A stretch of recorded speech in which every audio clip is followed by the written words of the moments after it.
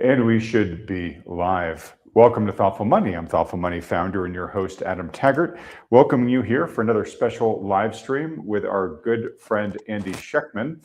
His firm, Miles Franklin, is the officially endorsed precious metals solutions provider by Thoughtful Money.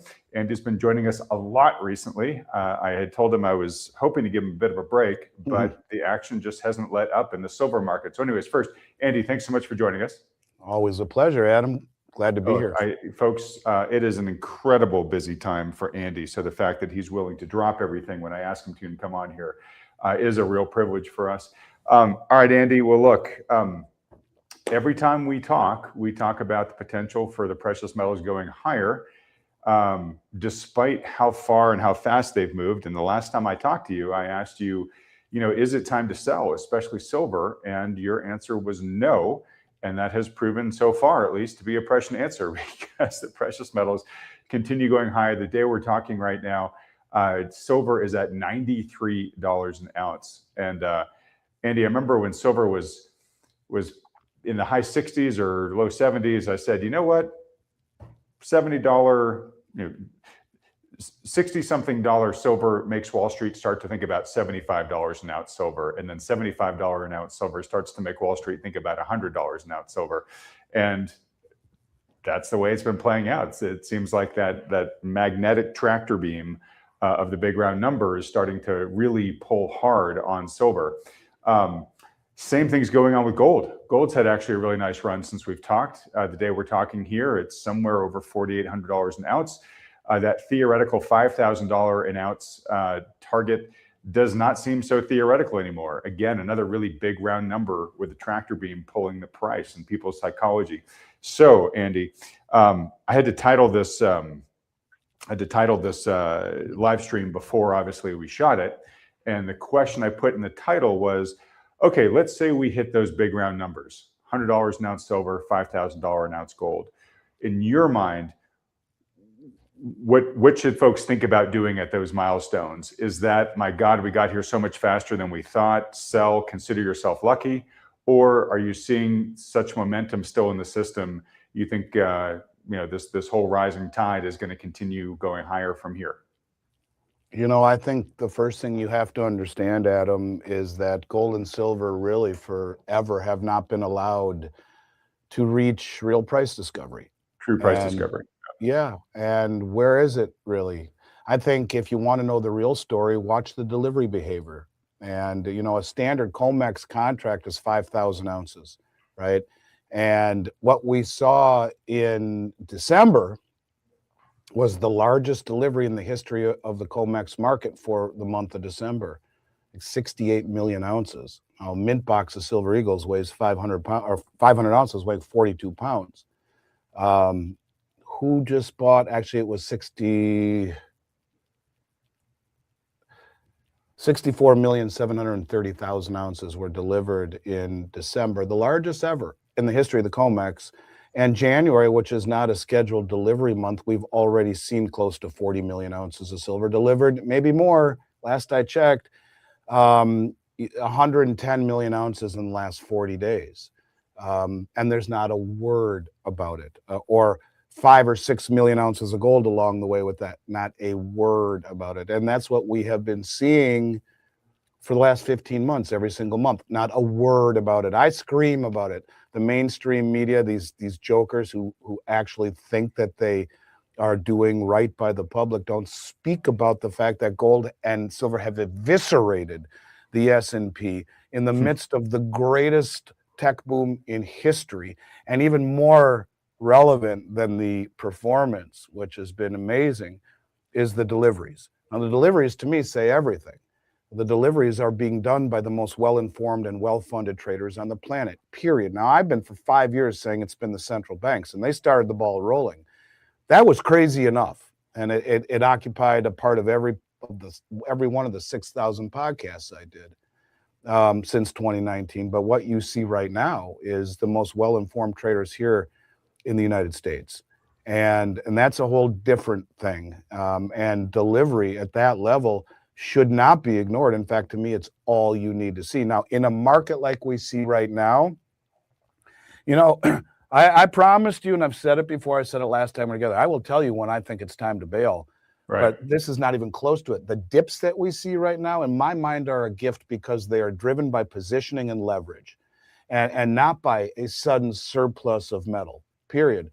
And I think that the risk is waking up, not that not that silver goes down from 95 to 85, or the gold goes from 4,800 to 4,500 in this big correction. I expect it. I expect a correction, and one is corrections are normal, but the risk to me is not being able to get what you want at any reasonable premium, period. So yes, short-term caution is appropriate. Long-term conviction is also massively appropriate, in my opinion. They should both be able to live together. And look, when you see the Shanghai market in silver pricing above $8, $9, $10 above Western spot and futures, it's basically the market screaming that the metal is worth far more than where it's being financially priced. And when you see the lease rates going way up, the widening spread is a signal of tightness in the market. And it's not a rounding error that we continue to see. The raising of margins. That's what in 2011, they jacked the margin rates up so high, it flushed everyone out. This time, they raised margin by 30% the day after Christmas, from 21,000 to 27,000 in your margin account to control one 5,000-ounce silver contract. Shook all the people out that were using margin and needed to sell to cover these margin requests or demands. And if you didn't pay it up by the end of the day, then you get a margin call. Well, what happened? Normally in 2011, and normally that kneecaps the market. These people that are standing for delivery for 100 million ounces in 40 days, do you think they're using margin? No, they're not. This is the highest level of high. These are central banks, commercial banks, Tesla, Samsung, you name it. Tesla and Samsung would be poor compared to the people that are standing for delivery at this level. These are sovereign nations. This is the US government. This is repricing in an asset that has never been allowed to find real price discovery. And I do believe that. And I think when you use technical analysis in a rigged market, it's invalid. Mm-hmm. And I think what you see here is a microcosm of what I expect to see. Part of the way that these banks have been able to save themselves is through rhetoric. You never see the media talking about it, right? Never. And that's always bothered me, but it is what it is. But the rhetoric is, very important. So TD Bank, right?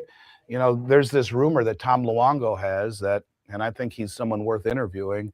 He's a very smart man, and his theory is that Trump said it today in Davos. He said, the election in 2020 was rigged and people are going to get prosecuted. He said, I probably shouldn't have said that. That's breaking news, but it's coming out. Yeah, I heard that. And so Luongo's theory is that he believes it was the European aristocrats, and the way you get them is to blow up the positions on the LBMA. In essence, that's part of what he thinks, because the Economic Times says the 5 U.S. banks that were short have flip-flopped and gone long.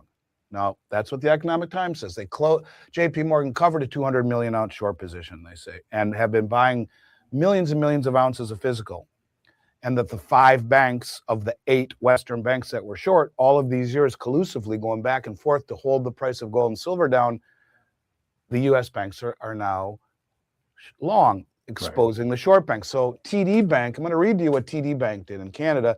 They came out 2 weeks ago and said, we enter short spot silver anticipating a dramatic reversal in prices as silver's devilish blow off top comes to completion. TD Securities entered a short position in silver futures in early January 2026, betting the price would fall towards $40 an ounce. They placed a stop loss around $92 an ounce to limit losses as the price went the other way. And guess what? They just got stopped out on Friday. They're $92 an ounce. They were hoping that they could engineer this, and it's not working anymore. And I think you see a repricing of gold and silver that has even yet to even begin to find equilibrium with where it should be. So yeah, I'm not a perma bull, but I do believe that this is just beginning. I do believe that. Okay, so many questions that came out of that. Let me bang through a couple things. First off, you talked about the premium on the Shanghai exchange, somewhere around $10 an ounce. Can you explain to folks exactly like why the imbalance there? How come there's not an arbitrage that closes that? That's what they're trying. They keep keeping it there to arbitrage it instead of closing it. In other words, the traders who have the ability to buy paper in the West and deliver physical in China are doing so. You trade it, you give them a million ounces, you just made 8, 10, 12 million dollars. Give them 20 million ounces, you made what? A lot. You make $200 million, easy peasy. Let me make sure I understand then. You buy paper contracts in the West, you stand for delivery, you get your silver at whatever the current spot price is in the West, let's say $93. You then take that physical and you sell it to a Chinese buyer in China for $10 more? Yes. I mean, what people don't realize is that there is a Comex contract that delivers in Hong Kong. And it's into a Comex facility. So you can deliver Comex contracts, what's called exchange for physical, where you actually deliver the physical in Hong Kong. It's then picked up by a truck and driven to the Shanghai Metals Exchange. Wow, so you don't even have shipping costs from the West over there. You just pick it up in Hong Kong. Yes, or sometimes they have to ship it there. But the bottom line is that there is a Comex contract that does deliver in Hong Kong, part of the Comex ecosystem. Would have been probably a Brinks facility. I'm not sure which one it is, but yes, and that's exactly how they do it. So they buy the paper in the West and deliver it in China. And so you end up exchanging for physical, making a huge arbitrage. But and they keep doing it to do that sucking sound you hear in the distance. That's them trying to entice. Yeah, keep giving it to us, please. We'll take it. We'll take it. We'll take it. That's what they're doing because they're using this huge trade imbalance that we've given them, the surplus of dollars, to buy up things like silver. So you keep that price higher and you entice those traders who can do it to deliver the metal there. That's exactly what they're doing. Okay. So let me ask you this. So you said we're seeing record delivery globally. You think it's sovereign players that are hoovering this up. You just explained how China wants to get its hands on every bit of ounce it can because it can make an immediate 10% per ounce pop on it. At current rates, at current flows, current monthly volumes of silver kind of being taken out of the exchanges. Do we have kind of a projected timeline of like, wow, if this keeps continuing, will it drain the LBMA? Will it eventually drain the Comex? Well, yeah, I mean, listen to what David Jensen says. He's the expert on the LBMA. He will tell you that there's 700 or 800 million ounces of silver in the LBMA, of which the majority belongs to the ETFs like SLV, storage programs like Bullion Vault that store it there. That's not for sale. Right. He will tell you they say there's a 140 million ounce float, which he disputes and says, I don't know if that's really free float. Difference between a float and a free float. The float meaning, or the free float meaning the bars standing behind the contract. So he will tell you there's 2 billion ounces of paper contracts outstanding against a 140 million ounce float. Now, what could possibly go wrong? And that's why they went to T plus 8 weeks for most of last year. What do you mean? It's a T plus 1 day settlement. Well, we don't have enough in the way of manpower and trucks, the Bank of England says. So you have to wait 8 weeks to get your bars. Really? That sounds to me like you got caught with your hands in the cookie jar. Yeah. And that's exactly what is happening. Now, the part that I think most analysts have a hard time dealing with is the fact that we live in a world of instant gratification here in the United States. And, look at how fast things have moved in terms of, is it a new world? I was talking about this and to someone else. My wife was next to me the other day. She said, but it's different now. The world is different. No, it's not. Richard Russell used to tell me, who was one of the greatest human beings I've ever known in my life, that if you made 7% per year, you will go down in the investing Hall of Fame. But that changed with Apple and Nvidia and Bitcoin and this instant gratification of, 5-fold increase in profit is something that is not sustainable in normal markets. And so I think that people have a hard time understanding that Well, why don't they just buy everything up? Because they would cut off their nose to spite their face and blow up the exchanges and everyone would figure out what they're doing. But if they cut you with a piece of paper over and over and over and over and over and over again, a little cut, little bit, little bit, little bit, little bit, little bit, and now someone, thank God, has woken up in the West, here in the United States. Thank God someone got to this administration and said, we are being paper cut to death. If we do not do this and start becoming massive importers of this stuff, and we'll call it tariffs, it's not tariffs, it's reshoring. If we call it tariffs, they'll believe it, because these banks were all collusive together, the Western banks. Mm-hmm. What, in essence, Luongo is saying is that Trump flipped the script. He's very angry and believes it was the people, the Russian, the European elite, the aristocrats, the old money that was behind all this, that did everything they did to keep him out of office. So we'll flip-flop. There's this massive short position that you guys have, you 5 Western U.S. banks. We're going to say it's tariffs. Don't worry, it's only one way. Well, the bars will come back, just we need to cover. No, we need to reshore. And now we go long. And what happens when there is a failure to deliver?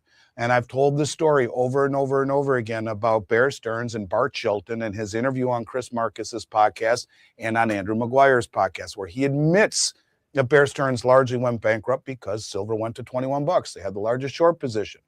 And what happened after that with JP Morgan. And the head of the CTFC admits this on these podcasts. No one talks about those things that are mainstream analysts. They just think we're crazy for saying things like this, yet they keep happening. And I keep getting proven right. And I'm not saying I'm a soothsayer or anything. Maybe I'm just stupid enough to say these things in public. And when I'm wrong, I admit it. Or if I say something incorrectly, I admit it to you, to your fellowship and publicly, by email and out here. Yeah, I make mistakes, but I believe what I say, and I say it with respect, right? I think that this administration is making good for the errors of previous administrations by reshoring critical commodities that the rest of the world has figured out long before us and are using the ability to stand for delivery against us because nobody ever did. These countries that had started the ball rolling were never coordinated, motivated, sophisticated, or wealthy enough to stand for delivery. They had no desire to do so, but now they are. And it is the Achilles heel to the entire system. And when Bix Weir used to say that, I'm like, well, how can that be the Achilles heel? It's just the silver market. I don't get it. Think about it. If a bank like Bear Stearns went bankrupt, and if it weren't for JP Morgan taking it over, according to Bart Chilton, the head of the CFTC, well, what if it happens on the other side? What if Bear Stearns has a failure to deliver? And all of the things that Bear Stearns is involved in, equities, Forex, interest rates, you name it, boom, boom, boom, everyone yanks their money out and the contagion blows the whole thing up. Now, could that happen? Yeah, absolutely it can. And to think it can't is stupid. And to play this game of it always being about normalcy bias is, I think, a very big mistake. So yes, this is something that could get really crazy. And I don't even think we've begun to see it because they've never let it get to real price discovery, whether it be the West wanting to hold down silver due to the military industrial complex's need for cheap silver to make weapons to rule the world, or Gibson's paradox, which is the inverse relationship between real interest rates and gold. The West, who ruled the world financially, didn't want gold to go higher when they embarked upon a zero interest rate policy because they offshored all their manufacturing. We got to make people still feel wealthy. How do we do that? Suppress interest rates.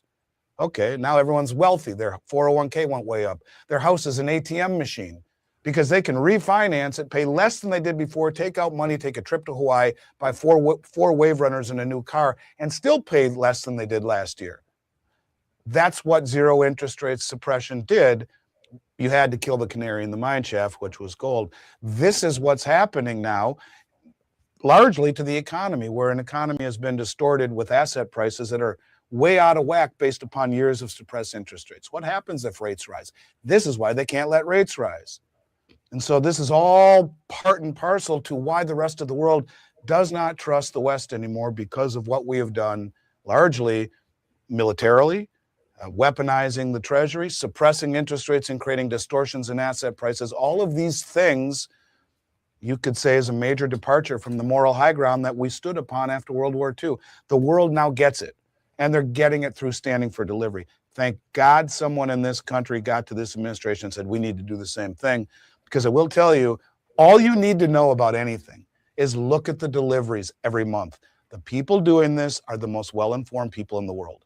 And whoever it is, and the fact that there's no communication by the mainstream, are standing for hundreds of billions of dollars with the gold and silver, billions every month, and no one says a word. That's all you need to know as to where the trajectory. Yeah. That's Michael Oliver. That's momentum. Where's the momentum? Right there. Look at the biggest money in the world doing it right here in our backyard. It'd be nice if the media told us about it.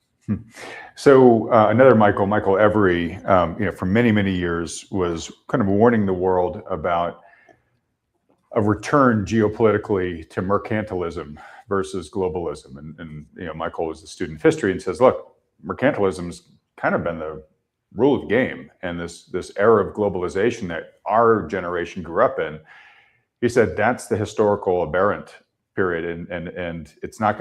He was saying a decade ago it's not going to last, and we're going to go back to mercantilism. I think we're now seeing that in real time here now, and shorthand for understanding mercantilism is just nations become very focused on, hey, me first, rather than holding hands with everybody in kumbaya, and we're going to build this wonderful future where everybody gets along. It's more kind of Game of Thrones, right? As it should be in this country. I mean, we should take care of our own. You need to bring back manufacturing. You need to have secure borders. You need to do these things. And God bless President Trump for doing it, because the nobility in what I believe he is doing is lost on almost everybody. They don't get it. I see it because I dig into this stuff every single day. He's trying to bring back manufacturing, and if we don't, our kids and our grandchildren are dead. We're broke. Ray Dalio says 60% of the country has a literacy rate under the 6th grade. We're uneducated, we're broke, we're insolvent, we don't make anything. And here comes AI just in time. So all I'm saying is that we have to do this. And if you play it out and see with the Genius Act, with pegging gold to the back end of the bond market, all of this stuff speaks to a devalued dollar, relinquishing the reserve status, the global reserve status, taking care of us, bringing back manufacturing. It all speaks to that. And I could not agree more with what you just said. In fact, I've never heard it said that way. And I'm going to borrow it, and because I think it's genius. Steal it away. And really, it's all attributable to Michael and others. I'm just the medium repeating it. But so I want to connect that, because it's not just America, right? It's the world. It's now returned to a mercantilist era. A lot of countries like China never actually left the mercantilist world. They were happy to take advantage of us while we were being overly liberal, overly generous. And so I think we've got two things going on here now, right? Where we've got all the countries that are saying, okay, look, I'm not about necessarily playing ball as a global team anymore. They got to take care of my team or my folks. So these are essential minerals, essential metals. I want to do whatever I can to lock up, my access to it, right? So we've kind of got this global scramble for that. At the same time, you said sort of through this process, it's willingly or not, they're moving to an era of price suppression to true price discovery, right? So we've got true price discovery, raising these metals, right? Because you believe they've been suppressed for so long. But at least, I don't know so much about gold, you can comment on this, but certainly for silver, the scramble seems to suggest that scarcity will be an increasing factor going forward, scarcity of supply. One, because countries are now competing for it much more aggressively, but two, as we've talked a little bit about in the past, silver gets harder and harder to find. Right? The pure silver veins have largely all been discovered. It's a byproduct of other types of mining. It's not easy to just flip a switch and get a lot more silver output. So we've got sort of two big trends going on. We've got the price discovery and we've got the scarcity. Am I summarizing similarly kind of the major macro trends that you see here? Yeah, I mean, look, I think people will start looking for real money again. People will start looking for real money again, and that's a repricing. And I say that like this. I go back to Richard Russell. Money used to be slow, right? You earned it, you saved it, you invested. That's Austrian economics, where you save, you invest, you reinvest. And you did it into things that actually produced value, factories, businesses, etc. But today it seems that money isn't slow anymore. It's fast. It's created instantly. It's pushed into speculation instead of production. All the money that was created after the 2008 financial crash, well, we didn't see inflation because it went into financial assets. Yeah, we saw financial asset price inflation. Yeah. Right. And so most of that wealth that people see today didn't come from real growth. It came from financial bubbles and speculation. And that only works as long as trust holds. And I think for a long time, the US or the world absorbed our inflation by holding dollars as reserves. But once the dollar was weaponized against Russia, really, that trust began to break. And then when confidence fades, this privilege that we've had turns into a liability. It's funny because VanEck, which is the mutual fund company, they just came out and they said if the dollar loses reserve status, could gold surpass 39,000? This is by VanEck. I'm just going to read one thing. It says, what if gold replaced the US dollar? Now, I would say, what if gold replaced the US Treasury, which I believe it is, as the reserve standard? And here they put the reserve. So the dollar, you know, you go back to mercantilism, all these countries are using their own currencies, trading over networks that are not compatible with the SWIFT. We're seeing that all throughout the BRICS, right? It's already happening with the SIPs, the cross interbank payment system, and Enbridge, both operational now, trading local currencies and using gold instead of treasuries. But it says, what if gold replaced as a reserve standard? In this paper, our emerging markets bond team values gold by matching central bank money liabilities to gold reserves, implying a $39,000 to $184,000 per ounce price. If using M0 money, which is the foundation of money, it's just the money that's immediately available in currency, for the entire monetary system globally, every dollar of credit, debt, and leverage is ultimately built on top of this, blah, blah, blah. We see gold at $39,000. If we use M2 liabilities divided by gold reserves, $184,000. That's VanEck. That's not James Rickards or me or Mike Maloney. Right? That's VanEck. How much was the M2 based one? $184,000. Oh my God. M2 liabilities divided by gold reserves is $184,000 per ounce, weighted by daily FX turnover. Using global M2, where we have global series, unlike for M0, we calculate the global price of gold that equalizes M2 is around $100,000 per ounce, weighted by daily FX turnover. The gold price that equalizes M2 is $184,211. That's from VanEck. So I'm just simply saying that these things have never found their price discovery in a world where it was all based on trust. The trust is gone. Our fiscal responsibility is thrown to the wind. And the world is looking for alternatives to a system that had been weaponized against other countries and wonder, is it us next? And it would be very wise to not be reliant upon just that one entity that can make and break you based upon the way that they look at you. And so I don't know. Yeah, I think you're going to see this accelerate in gold as well. Silver is where the real horsepower is. But let's just be honest. I don't really have anything that will illustrate its size, but a D battery that you could hold in the palm of your hands is a tube of gold eagles. It's $100,000 now, basically. When I started, even as recently as when I started doing shows with you, $100,000 in gold would have been closer to 50 ounces, maybe 45 ounces. Now it's closer to 20 ounces. It's accelerating quietly. And that's the thing is that, people. That's a good way to say it, though, it's a little big, but I could basically conceal $100,000 in my hand with gold. And that with silver, it used, when I started doing these with you, would have been probably about 1,500 ounces minimum, maybe even closer to 2,000 in silver. Now it's 1,000 ounces is $100,000. And so it's accelerating, and you don't get any media coverage of this. The public is being left out by design. They don't want to be crowded out of their trade, and when there's a fine line between conspiracy and reality. I talk about the Bart Chilton. Here's another one people should watch, and that is Bick Sweer. His YouTube channel is Road to Root, a wonderful, wonderful man. Love the guy. And he did a 3-part series 2 years ago with a man named Jack Sermon. Jack Sermon is and has been since the beginning of the mint the guy that runs the Silver Eagle program. He said 2 years ago that his superiors came to him, which would have been Janet Yellen, and said, make the smallest number of eagles you can make without creating a global backlash. Why do you think Silver Eagle premiums during the pandemic were up to $16 everywhere around the world? Why? I would have paid you 11, 12, 13 over spot for as many as you would sell me. Why? He says that the primary distributors came to him and said, we'll take 36,000, we only gave him 12, or 36 million, we only gave him 12 million. What he is basically saying is that he was told to limit production and distribution of Silver Eagles, yet the law that is in place since the day the mint was developed in 1986 says that they are by law required to produce as many Silver Eagles as are demanded. And he comes on his show, Jack Sermon, the guy that runs the Eagle program, 3-part interview with Bix. Yeah, I was told not to do that. I almost fell off my chair.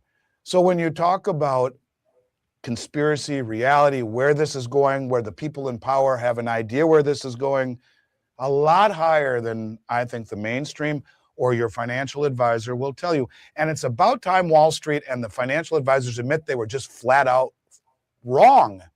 They've been wrong, and yet they still can't do it. It's the devilish blow off top. They ignore fundamentals, they ignore reality, they ignore lease rates, they ignore backwardation, they ignore arbitrage, they ignore all of this stuff. And anybody stupid enough to short a market in backwardation gets what they deserve, like TD Bank. And that's where we're at right now. I think it's in the midst of repricing globally. Can you just real quick, since you used the word, define backwardation for folks? Sure. So a normal market works in what's called contango, where the current price that you buy right now today, call it spot, is less than the futures price. Why? The futures price would imply interest and storage and the cost of money, right? So if you're going to buy it out, risk, yes, right? You might not deliver it to me in a month. Yeah, right. It's risk, it's interest, it's storage, cost of money. Backwardation says, because of what you just said, I think the risk of you not giving it to me is greater than, I'll pay more for it right now, thanks. Right. And so if you're going to pay more for it right now than you will out into the future, anyone who's stupid enough to short it right now gets what they deserve. And that's what you saw with TD Bank. And see, this is a thing, is that in the West, we have a very hard time believing that this could actually happen, that we've actually been beaten at our own game of metal suppression by these countries that were third world most of our lives, that are now sophisticated and say, you want to play a game where you suppress the world's commodities that we're the ones that produce more than you and use more than you and appreciate and have a history of it more than you. Great. We have more money than you ever thought we had, thanks to the trade imbalances you've given us. We're going to stand for delivery. And when that happens, the paper game breaks. It's Bernie Madoff. Everyone was thrilled making their monthly checks, right? Until someone said, I need my money back, though. The principal, okay, I need it too. I need it too. I need it too. And then Houston, we got a problem. All right. Yeah, while you were talking there, I just put up this cartoon that Axel Merck had created, 12 years ago, 13 years ago. Yes. Very prescient. But yeah, to your point, we got more money, and a lot of it's, we got your dollars over here, so we're just going to send them back to you for the metals. And that's right. The metals start piling up in our country, and the dollars start piling back up in your country. Who's really winning? Yeah, that should have been titled foreshadowing, and it should have been, and no one would have believed it. It was just a cute thing then, but now it's reality. That's the arbitrage. That is them saying, sure, yeah, we'll give you lots of money. Go ahead and send it over here. We'll even pay you a whole lot more than you can get it for in the West. Thank you. That's exactly what that arbitrage is right there. Okay. So let me ask you this. So if the world is developing a newfound appreciation for the value of these metals, this might be asking you to speculate a bit, but do you see an element in what the U.S. has done recently with Venezuela and now with Greenland? There are lots of reasons for why it did what it did, many of which probably you and I will never be party to, Andy. But do you think access to more precious metal supply is a part of either or both stories? Well, I don't know if it's precious metals or just strategic metals, and even Trump talked about it today. He said it's a giant piece of ice. It's not about the rare earths. He even said that, but it is. It is, and yes, of course, this is about national security.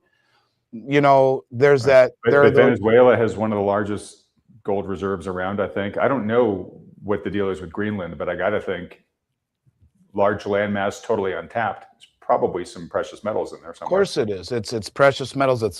It's rare earths, of It's a course. bunch of other stuff too. Yeah. Yes, it is, and I think there is a new realization that these things are critical. We lived in a world where paper and debt from bonds and stocks were all that you needed. But if you ever there's that game that you can play on your phone that's been around forever. It's like I don't know what it's called. You build a world and you start with sticks and stones, and by the end of it you're flying in spaceships. But in every respect, it's about accumulating things that you need to build an advanced civilization. And that's where the West has ruled the roost for so long, they never had to compete with the rest of the world.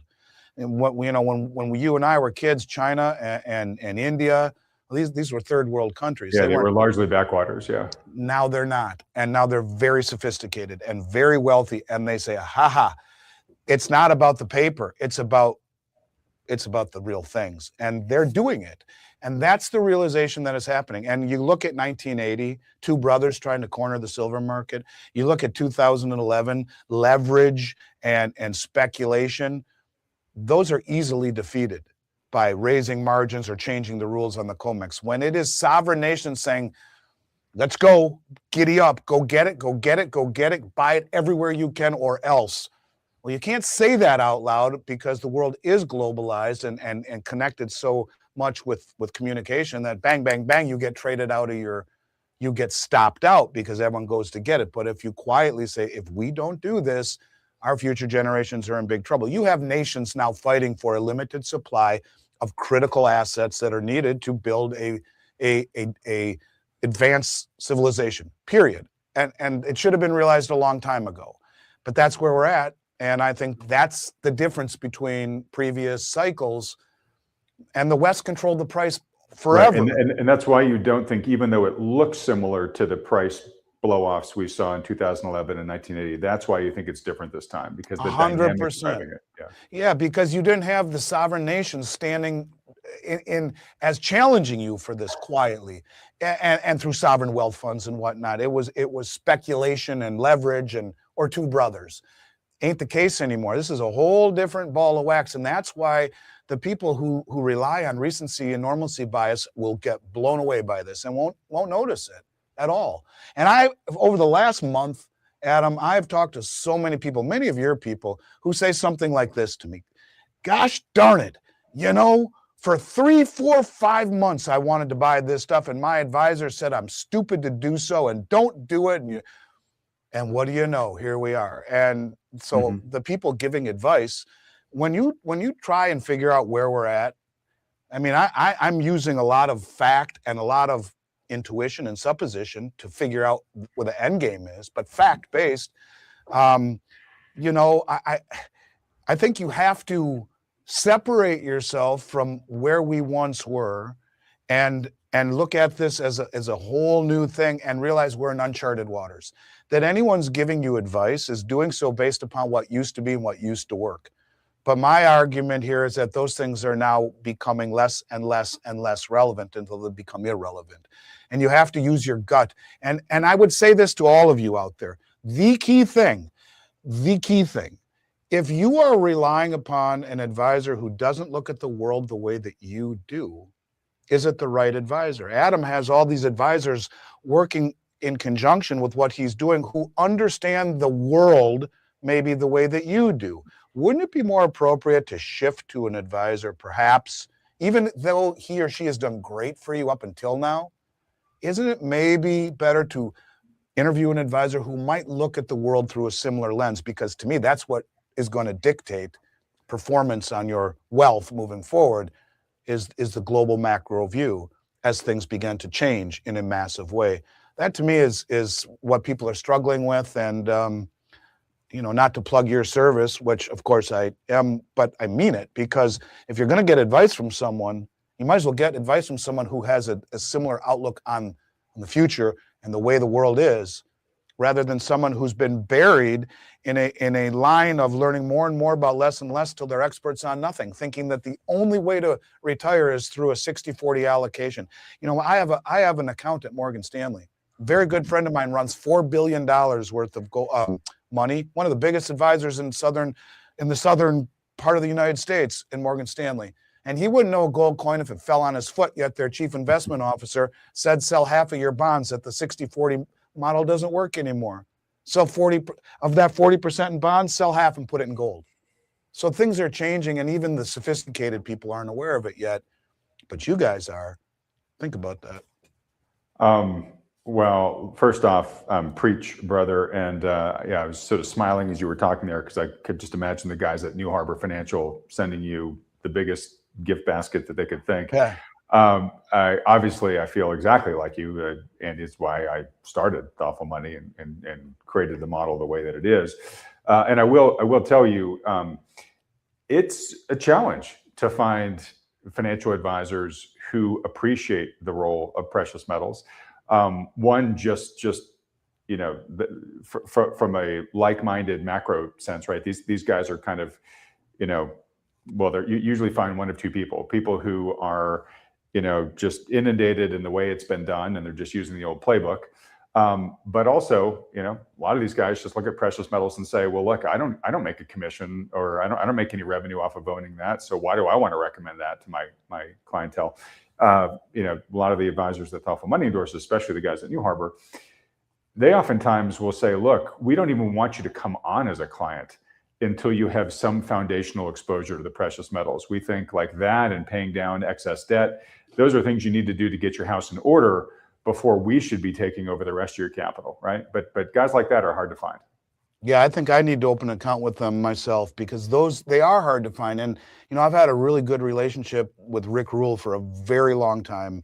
I consider him a dear friend, and he's done more for me than almost anyone I've ever known in this industry. And when he was the CEO of Sprott, to this day, I do business with all their brokers. And by the way, as a financial advisor, you are able to do that if you disclose it. It is not selling away. And their brokers write business through me. And I will tell people when they call, who can I get as a financial advisor? Now I tell them to search you, because I would always say Sprott, but the pushback would be, but aren't they just,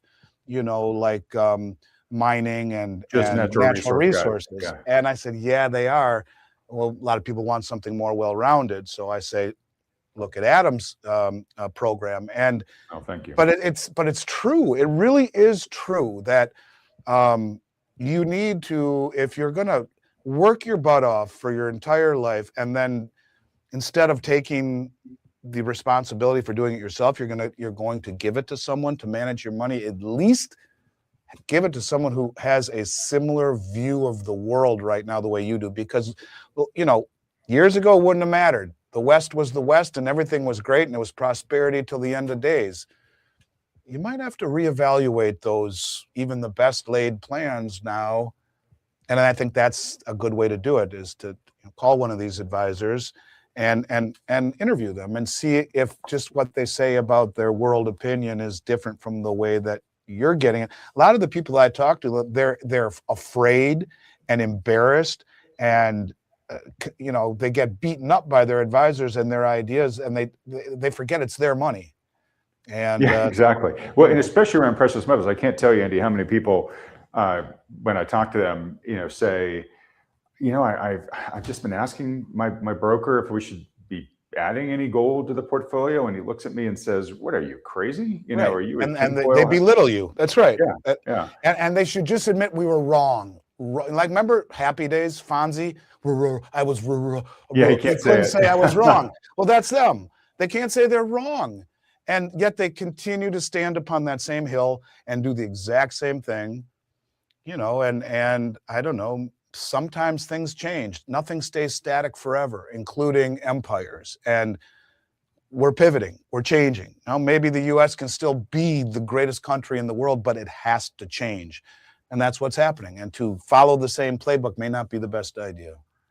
All right. Well, look, we'll move on to some other questions. We'll get off the commercial for Thoughtful Money's advisor services. But Andy, I do very much appreciate you bringing that up. And I know you're speaking from the heart.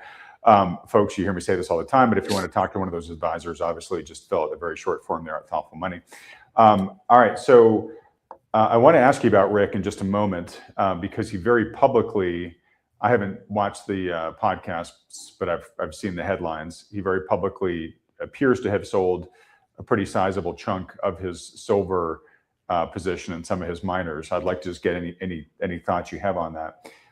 Before we do that, though, so we were talking about how, you know, the sovereign nations are now saying, okay, look, silver is a lot more strategic than we were treating it, and we're going to start making sure that we build up our strategic reserves of it as much as we can, both silver and gold, precious metals.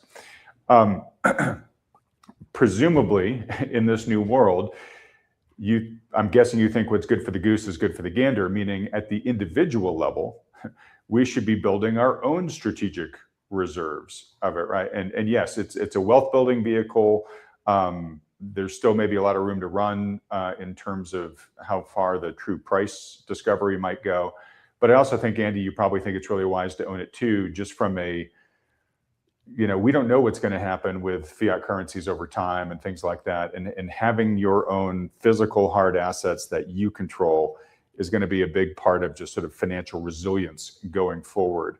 So I'm going to ask you a question that's a little bit hard to answer specifically, but I just want to get your thoughts on it, which is, in your mind, for an individual, what's kind of like critical mass of where you're like, okay, you want to try to at least get X amount of ounces under your belt to become, you know, hit first stage of financial resilience. To give you an example, owning 2 ounces of silver isn't going to do it, right? So if you were advising kind of a regular person who was saying, look, I don't own this, or I only own a little bit, what kind of milestones would you encourage them to aspire to?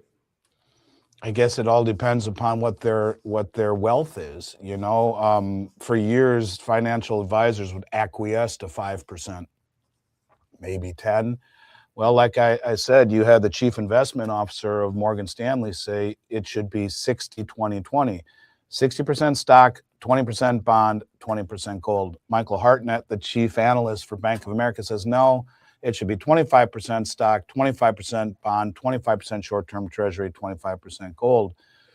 Jeffrey Gundlach, the bond king, says 25% metals is not overweight at all. I guess it's what it means to you in terms of a percentage. 2 ounces of silver for a 9-year-old might be an awful lot. It could be that's huge. But if you are someone who is working, you should be able to put a couple ounces of silver away every couple of weeks, like I've done for 36 years. It was the greatest gift I've ever been given in my life. My father told me he'd fire me if I didn't buy something every 2 weeks when we started this company 36 years ago. Light a candle to your dad for that. That was fantastic. But it's true, the power of compounding, the power of paying yourself first. So what is the magic number? I don't know that there is a magic number other than to say, you know, it should be a weighted percentage of your assets. And I honestly would tell you, look, I'll answer it this way. My company started as a representative of the Swiss insurance industry. That's where we started. We represented a company, still do to this day, called BFI Consulting in Zurich. We realized the same person that bought Swiss francs bought gold. But I spent my first 2 summers learning in Zurich. I spent 2 summers in Zurich learning the business, became very tight friends with a lot of people there, including Swiss bankers. I spent time at Marquis Baumann and got to know, this is a private old bank. I got to know the guys running it at UBS, Credit Suisse, at the insurance companies. And there wasn't a Swiss banker or head of insurance company that I ever met that wouldn't say to you, in the worst of times, or the best of times, you should have a minimum of 10% of your assets in gold and silver, minimum, in the best of times. Well, are these the best of times? Right. And if they're not, where does that number go? Well, you got chief investment officer of one of the biggest banks on the planet saying minimum of 20%, and the chief analyst of the other biggest bank saying 25%. I wonder what they really believe. To me, It's just a function of how much you have. And let's just simply say a minimum of 25% of your assets right now in a period of accelerating dollar debasement should be in metals. And if I really told you what I believed, you'd probably never have me on your show again because I'm the wrong person to ask. Look, I own one of the largest metals companies in America, and I'm pretty damn close to 100% invested in gold and silver. I have a managed account with Sprott. I have an account at Morgan Stanley, and I acquiesced to it out of my wife's demand. And I have some short-term treasuries through them. And I told them, don't even think about putting me in anything speculative. I have some infrastructure things that with, building up roads and bridges and stuff that is a bond that's backed by the U.S. government. I don't like any of it. So, but that's me. I'm the wrong person to ask. I just simply think we are at a period of time where things need to be reevaluated, that the old strategies might not work the way they used to. And the funny thing about it is that everyone would have called me an idiot for being this way for the last 20 years. And guess who came out ahead of everybody? Me. Yeah. Because, and I'm not saying I'm a genius or look, to me, it's almost like an innate understanding and it's spiritual to me. I've just known that I should do this. I can't explain it. I've just known, and I've always slept well at night, even though I missed out on a lot of stuff, all these booms in the Mag 7, I missed out on it. Fine. But, when my wife and I got together in 2002, gold was $252 and silver was $5 maybe. So, it's the tortoise, not the hare. My wife says that's the reason the price went up is because she got with me.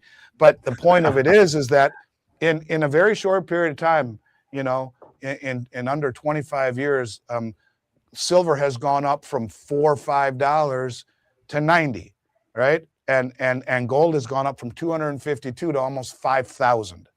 So who's been right? Who's been wrong? Have the financial advisors been right? Maybe this is why central banks own it, and maybe why they're rushing to get it. Maybe I was lucky. I don't know. All I can simply tell you is that you should have enough to make you sleep well at night, whatever that is for you. And I've always slept like a baby, even when everyone told me I was an idiot. Trust your gut. And, you're responsible for all the decisions you make your whole life, from the time you're a little kid until you're dead. Every decision you make, you're accountable for, right or wrong. Well, why do we allow people to dictate what we do with our finances when we spend our whole life accumulating them, working? And I think take some accountability and figure it out. But to me, 25% would be the baseline. And I honestly, if we were having a scotch right now, just you and I, those numbers would be much higher. Okay. Well, I get it. And you're definitely a man who is passionate about his trade in this craft. And I'm thinking of, I think it was Andrew Carnegie, who, there's a saying, don't put all your eggs in one basket, diversify. And Carnegie was like, no. I put all my eggs in one basket and I watch that basket really carefully. Well, and I would like to answer that real quick, if I may. I don't mean to interrupt you, but Richard Russell was my mentor. And in a conversation with him, he said to me something akin to diversification was invented out of fiduciary responsibility by financial advisories. The key to investing, he always said, the primary trend. Follow the primary trend, the way the river flows. Mm-hmm.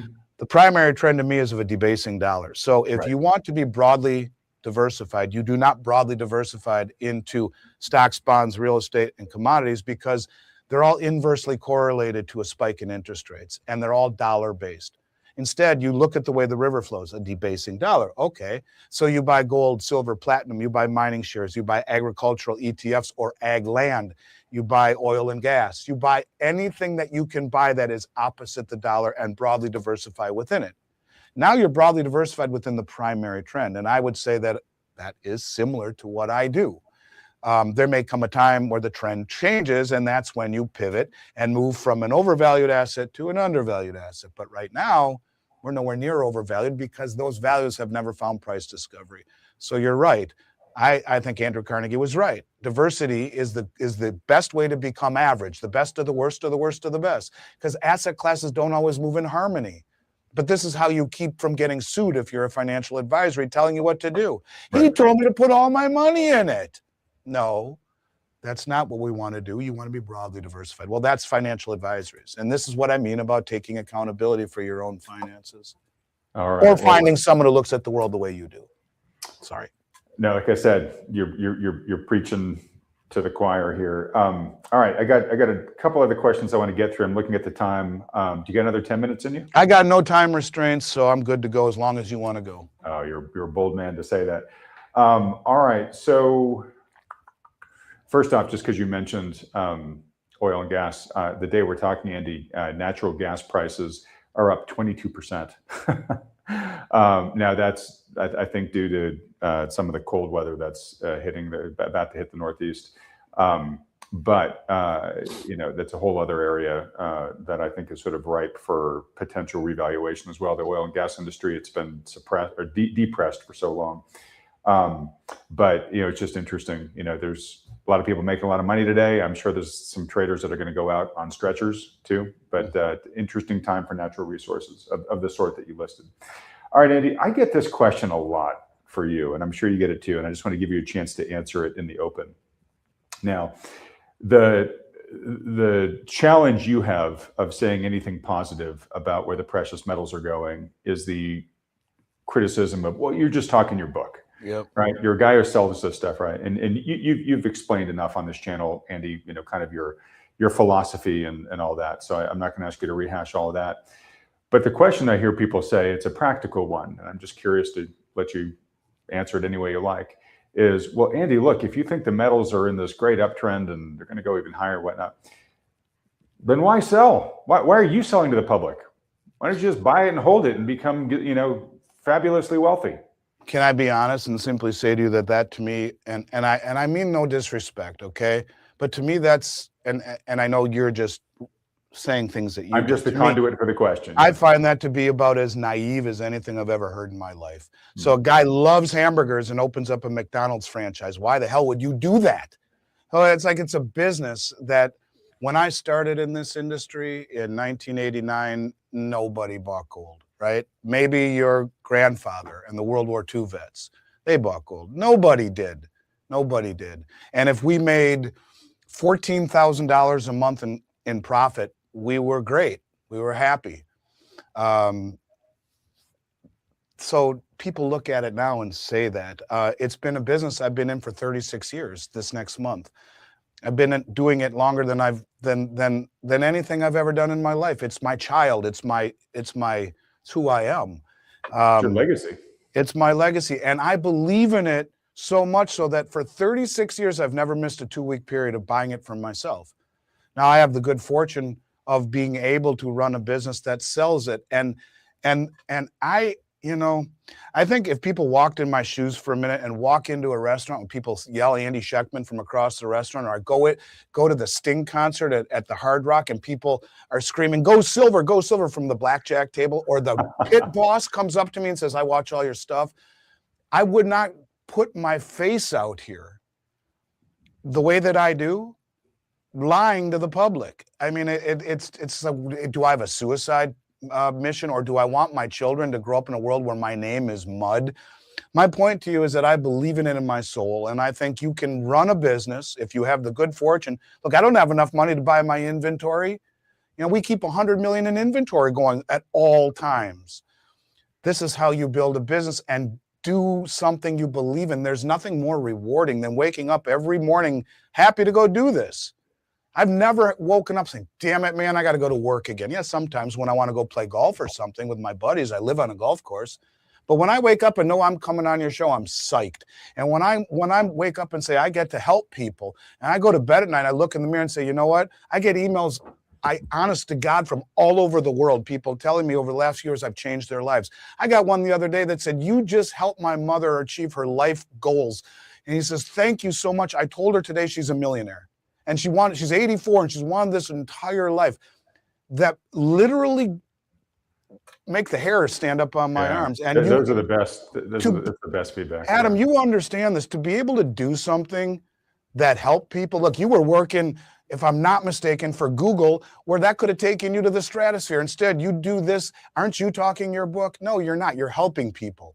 Just because I own a precious metals company doesn't mean that I can't try and share with people the way that I look at the world and what it's done for me and what I see it as. So yes, I get it. There's cynicism, and rightfully so. There's a lot of people who aren't legit, who aren't authentic. But by now, all I try to be is authentic on these shows. I'm not as smart as Peter Schiff. He's way smarter than me. I just try to be honest and authentic and research and work hard and do the best I can to share what I believe is happening. And somehow I've been right for a long time. Somehow. And I ask myself, how the hell have I been right? I don't know. I try. Maybe if I have one talent in this industry, it's putting together dots, connecting them, and seeing where they're going. As people look at each individual piece all by themselves, I see a pattern that is coming and growing. And I've said it for 5 years now, and it's happened. Everyone told me I was an idiot when I talked about bricks in 2019 and 2020. What are you talking about? And then all of a sudden, everyone's talking about it. And I just think that the bottom line here is that there's nothing more fulfilling in running a business that you believe into your soul and participate in. The most egregious thing that you could ever do is run a business that you have no part in, right? And like, I just sell it. I don't own the stuff.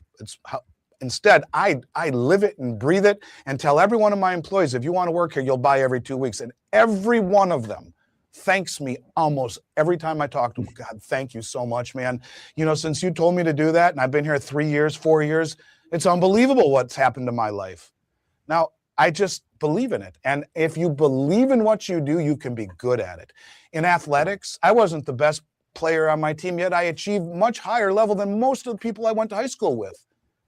And the thing of it is that you love something so much, you don't mind getting up and going to lift weights and getting up and going to be the first one at the baseball field and the last one to leave, and you're psyched about it, and you talk to everyone about it because you love it. Well, I love what I do, and I thank God every day that I do it. And that's the difference. That's why I sell it. And there will come a day where maybe I can't get it. I'm not selling mine. So I don't know. Good question. I get it all the time too. It drives me nuts because it's naive. Great answer to it might have been a difficult question to field. I also say too, Andy, you're a very humble guy. You are very smart and you're very well informed, especially again in your trade here.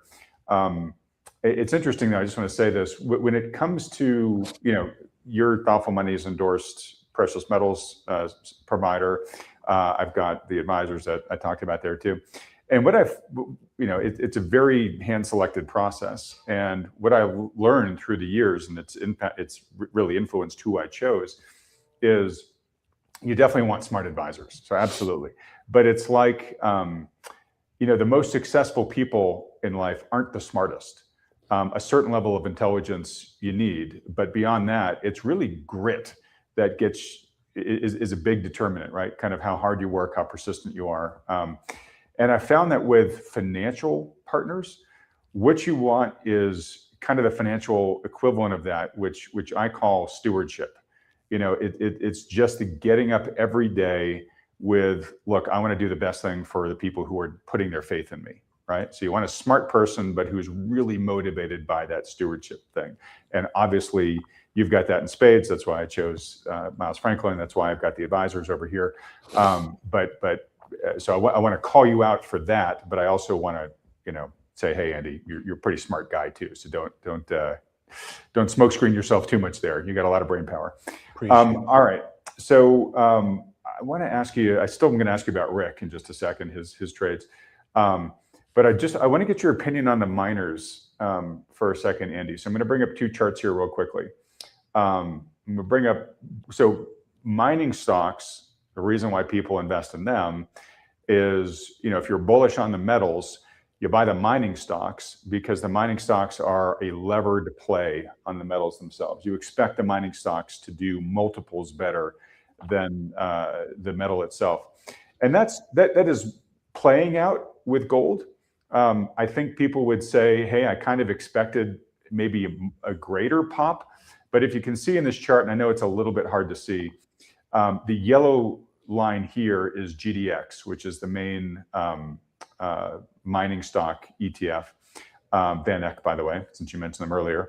And then this green line is the gold price. And you'll see here over the past 12 months, gold's been up about 75%, and the mining stock complex is up about 170 something percent. So it is being a levered play. Again, maybe it could, folks maybe had higher aspirations, but it's still, it's more than 2x what the metal has done.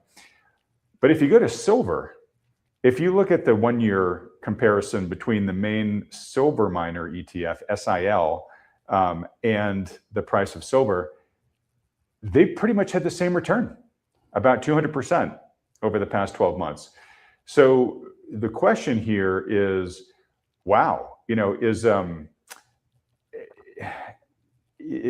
the mining complex dramatically undervalued still here, right? I mean, should we be waiting for, should we be expecting here that the mining complex is going to reprice here to become the levered play on the underlying price of silver?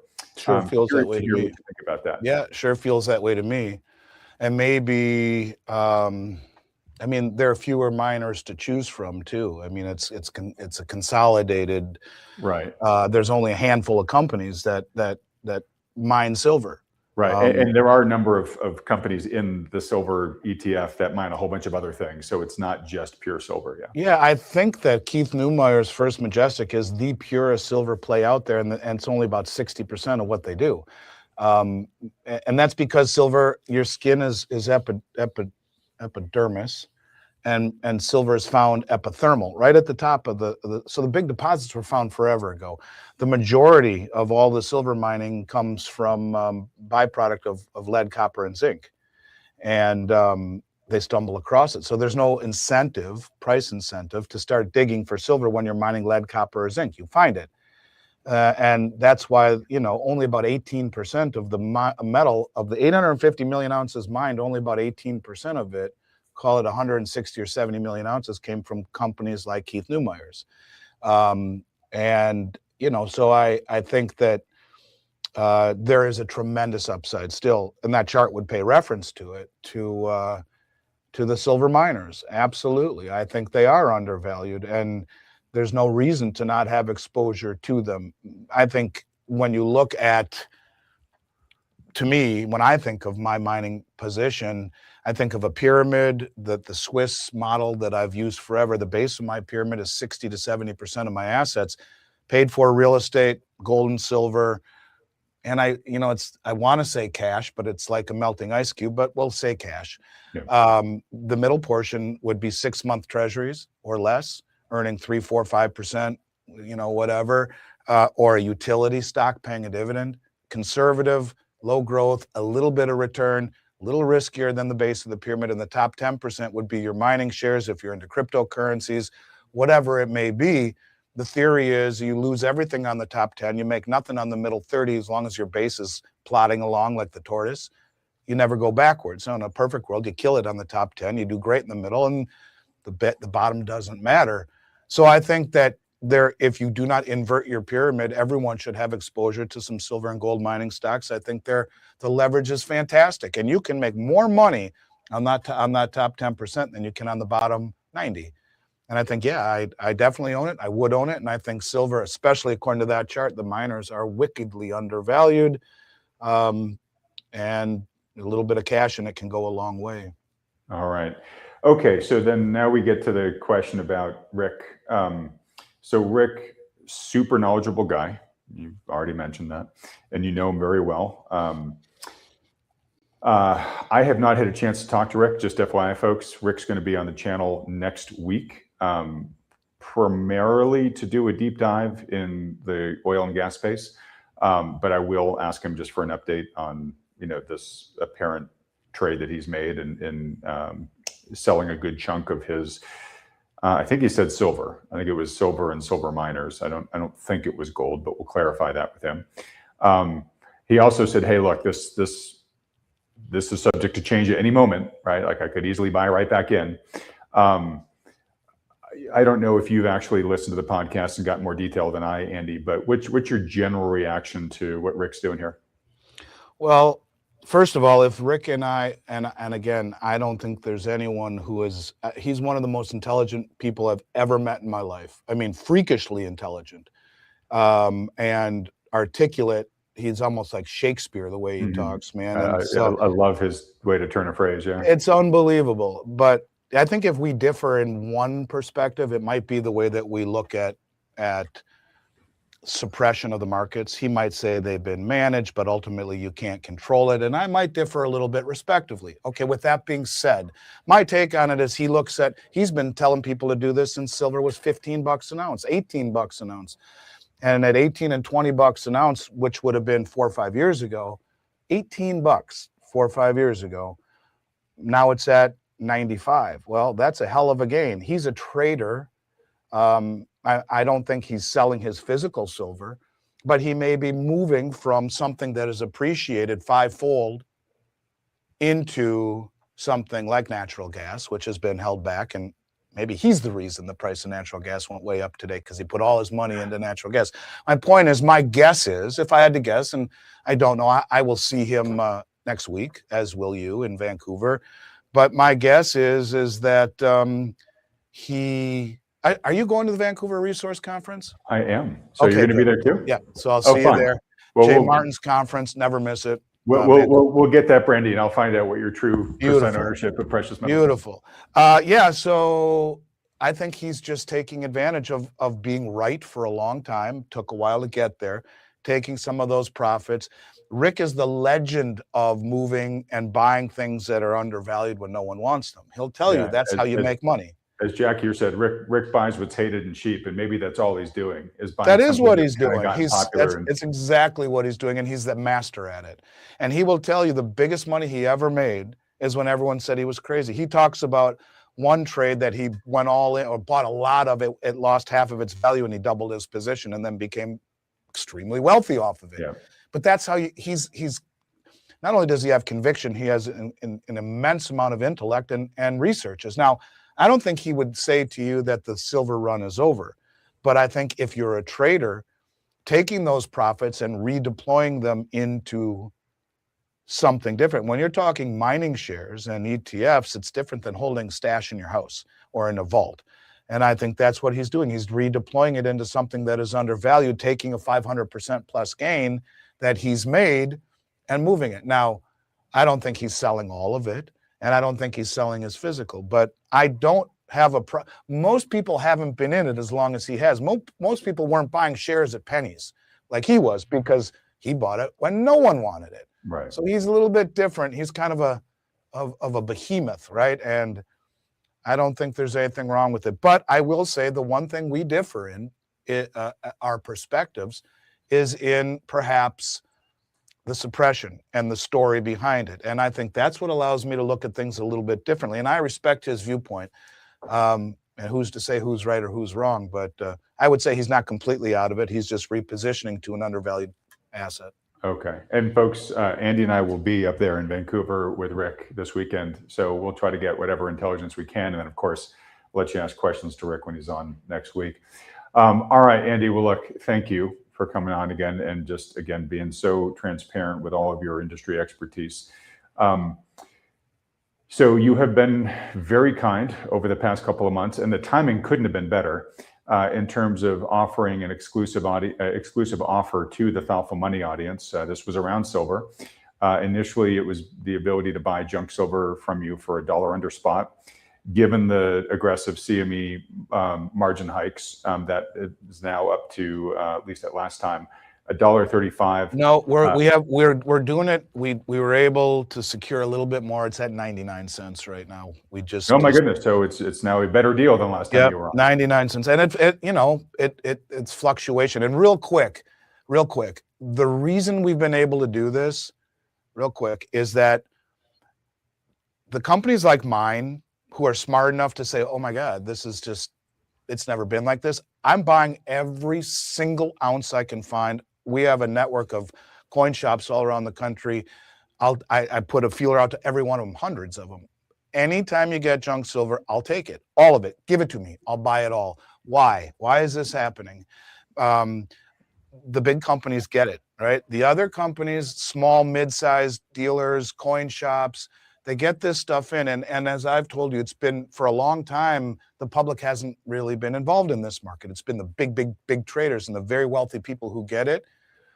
So they get this junk silver, they pay for it, and it sits on their shelf for too long, and they want to get rid of it. So where do they normally go? They don't call a company like mine. Some do. I have relationships with lots of them. They don't know what to do with it. So they bring it and anything else that they'll take in terms of maybe China or flatware or whatever, and they'll bring it to the refiner.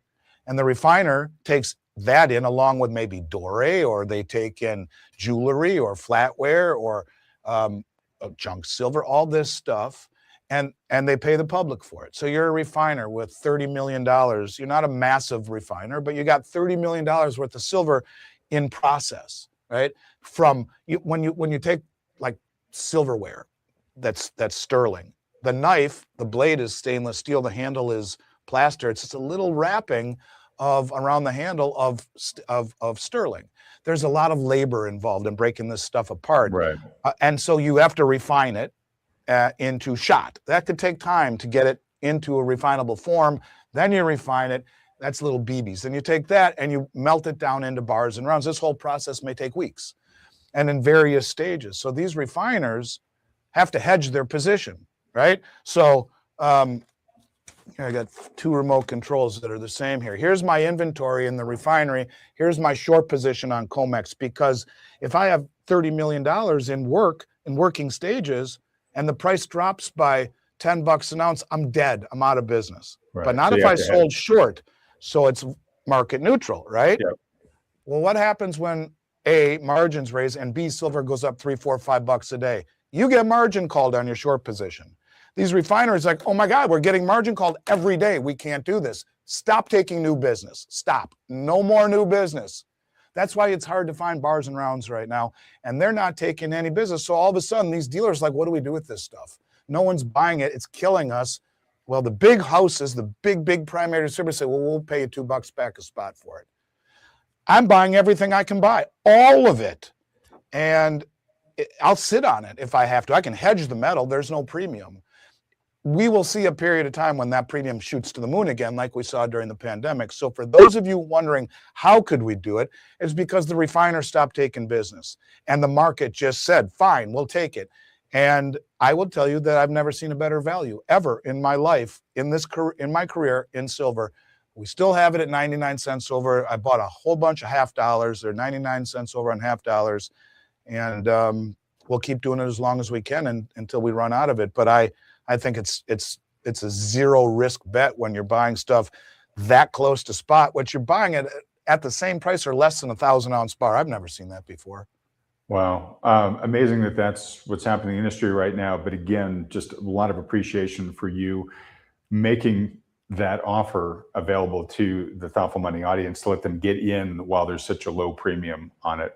Now, obviously, folks, we don't know what's going to happen with the price here. But, since Andy's been offering this, if you took advantage of it, a month or two ago, you've done very, very well given where silver's gone. So anyways, Andy, let me just let folks know if they haven't taken advantage of that offer yet, but thinking they might like to, they can just fill out the very short form here at thoughtfulmoney.com/buygold.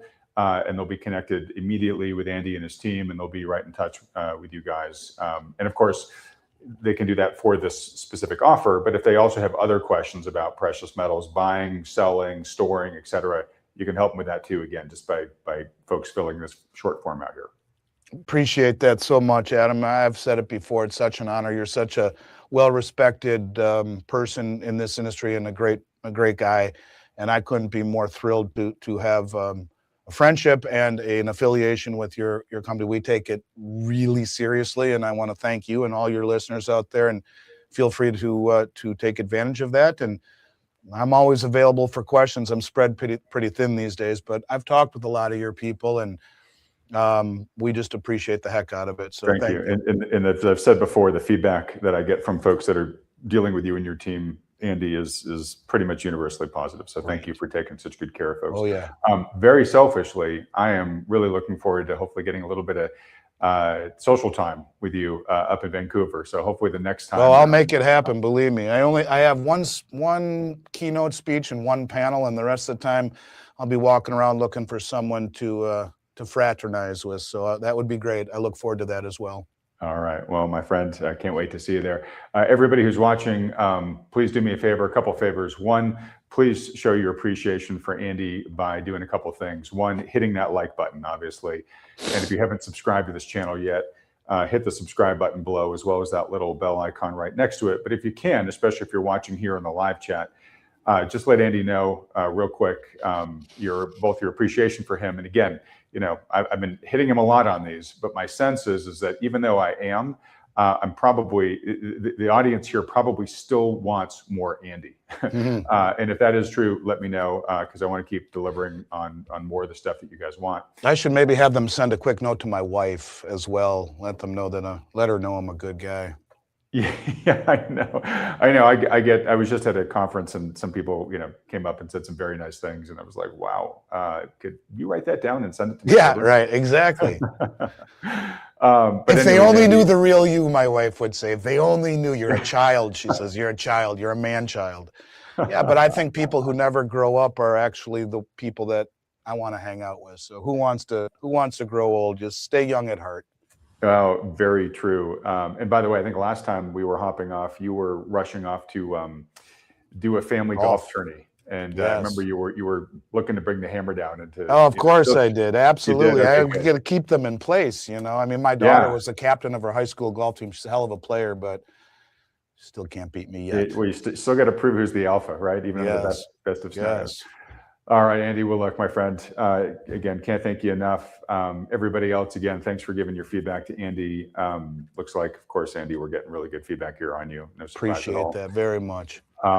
Again, can't wait to see you up in Vancouver. But again, just thank you so much for everything you do for the general public in terms of education, but also helping them take steps to improve their financial status, and the fact that you are giving so much of your time and your inventory, your special inventory to this audience. It's just a wonderful friendship and partnership. So thank you. Likewise, brother. The pleasure is mine. Thank you, everybody. I appreciate it. Look forward to picking up where we left off, and I'll see you next week or later this week, even this weekend. And have a good one, Adam. Thanks for having me back on today. All right. Thanks so much, Andy, and everybody else. As always, thanks so much for watching. The point is, we're seeing lots of silver that is being accumulated by the central banks. That's $2,225,790,000 worth of silver has come into Comex. In the first week or so of the month, Russia, China, Saudi Arabia. Let's not forget about India, who's bought somewhere between 600 and 800 million ounces over the last 5 years. That's more than is on the Comex and the LBMA combined. Most of the public has zero idea that there is a massive drive going on for gold and for silver. First week of September, you're seeing nearly $4 billion worth of metal stand for delivery. But this is what we've seen every single month. Now, we've always been an importer of silver, not always been, in fact, never, to my knowledge, been a net importer of gold. Both of them together signal a bigger move, a bigger trend. Central banks are quietly stockpiling huge amounts of silver, with Russia, China, Saudi Arabia, and India leading the charge. Saudi Arabia has made small but notable purchases of silver via ETFs recently, which may signal a shift in behavior. China has bought 21 metric tons of gold so far this year, 2025. It's part of their strategy to diversify away from the dollar and align reserve assets with their global status. The notion that BRICS and other developing nations are considering silver more seriously due to its dual uses is being more widely reported. India alone has accumulated 600 to 800 million ounces in the last 5 years, more than what Comex and LBMA hold combined. The US, traditionally an importer of silver but never of gold, is now importing both, a clear sign of a much larger global trend toward physical accumulation of precious metals. Andy, the president and CEO of Miles Franklin Precious Metals, highlights that what makes today's market different is the sheer scale of physical gold and silver being accumulated, not just by investors but by central banks, with Russia allocating it in its 2025 to 2027 budget and Saudi Arabia making ETF purchases. Comex deliveries of gold and silver remain historically high, signaling strong demand for physical metal, while a weaker US dollar is further boosting gold and drawing silver into reserve diversification strategies. Analysts like Mike Maloney see silver poised for significant upside in a potential monetary reset, though claims of India's massive silver accumulation and extreme delivery spikes remain unverified. Experts also warn that paper metals may not provide true protection in a crisis, driving the push toward physical holdings. Andy believes the public, meanwhile, remains largely unaware of this massive shift toward physical metals. As we dive into the video, don't forget to hit the bell icon and subscribe so you don't miss any updates. Well, I think that what differentiates this market from anything I've ever seen, Ivan, and I've been doing this now for almost 36 years, is the amount of physical demand that is being accumulated. Now, we've talked at length about the central banks that have been buying gold. We're seeing action with the central banks buying silver. Now, of course, it started with Russia saying they were going to add it to their stockpile. First time I've ever seen a government do that. And then it mitigated moved towards China. Talking to guys like Sean Kuhn from Dolly Varden, he says, look, Andy, the Chinese, who are the second largest producer in the world, they told David Morgan they're the first, by the way, but needless to say, they're massive producers. Sean says they're flying all around Latin America, in particular places like Peru, even all the way up to Mexico, and pulling metal out of the ground before it's even called silver. They're buying doré, they're buying concentrate.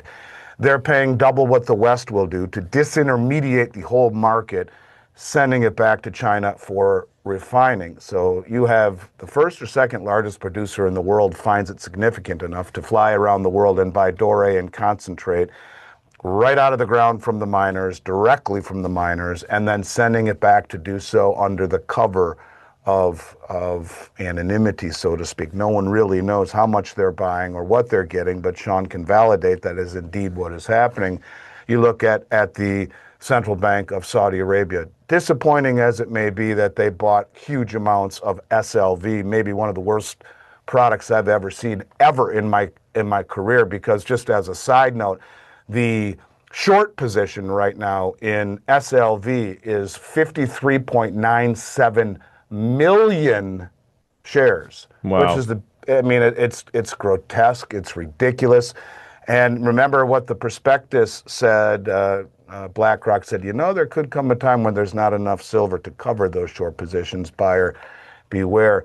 But the point is, we're seeing lots of silver that is being accumulated by the central banks. What is really different to me, as far as I'm concerned, is the amount of silver that is coming into the Comex. And, last week I jotted down some numbers. In month to date in September, the number of contracts, and this was last week, I'm sure it's much more now, that stood for delivery was 10,599 contracts. So let's do the math real quick. 10,599 contracts times each contract weight being 5,000 ounces is 52,995,000 ounces. We'll multiply that, let's just call it by 42.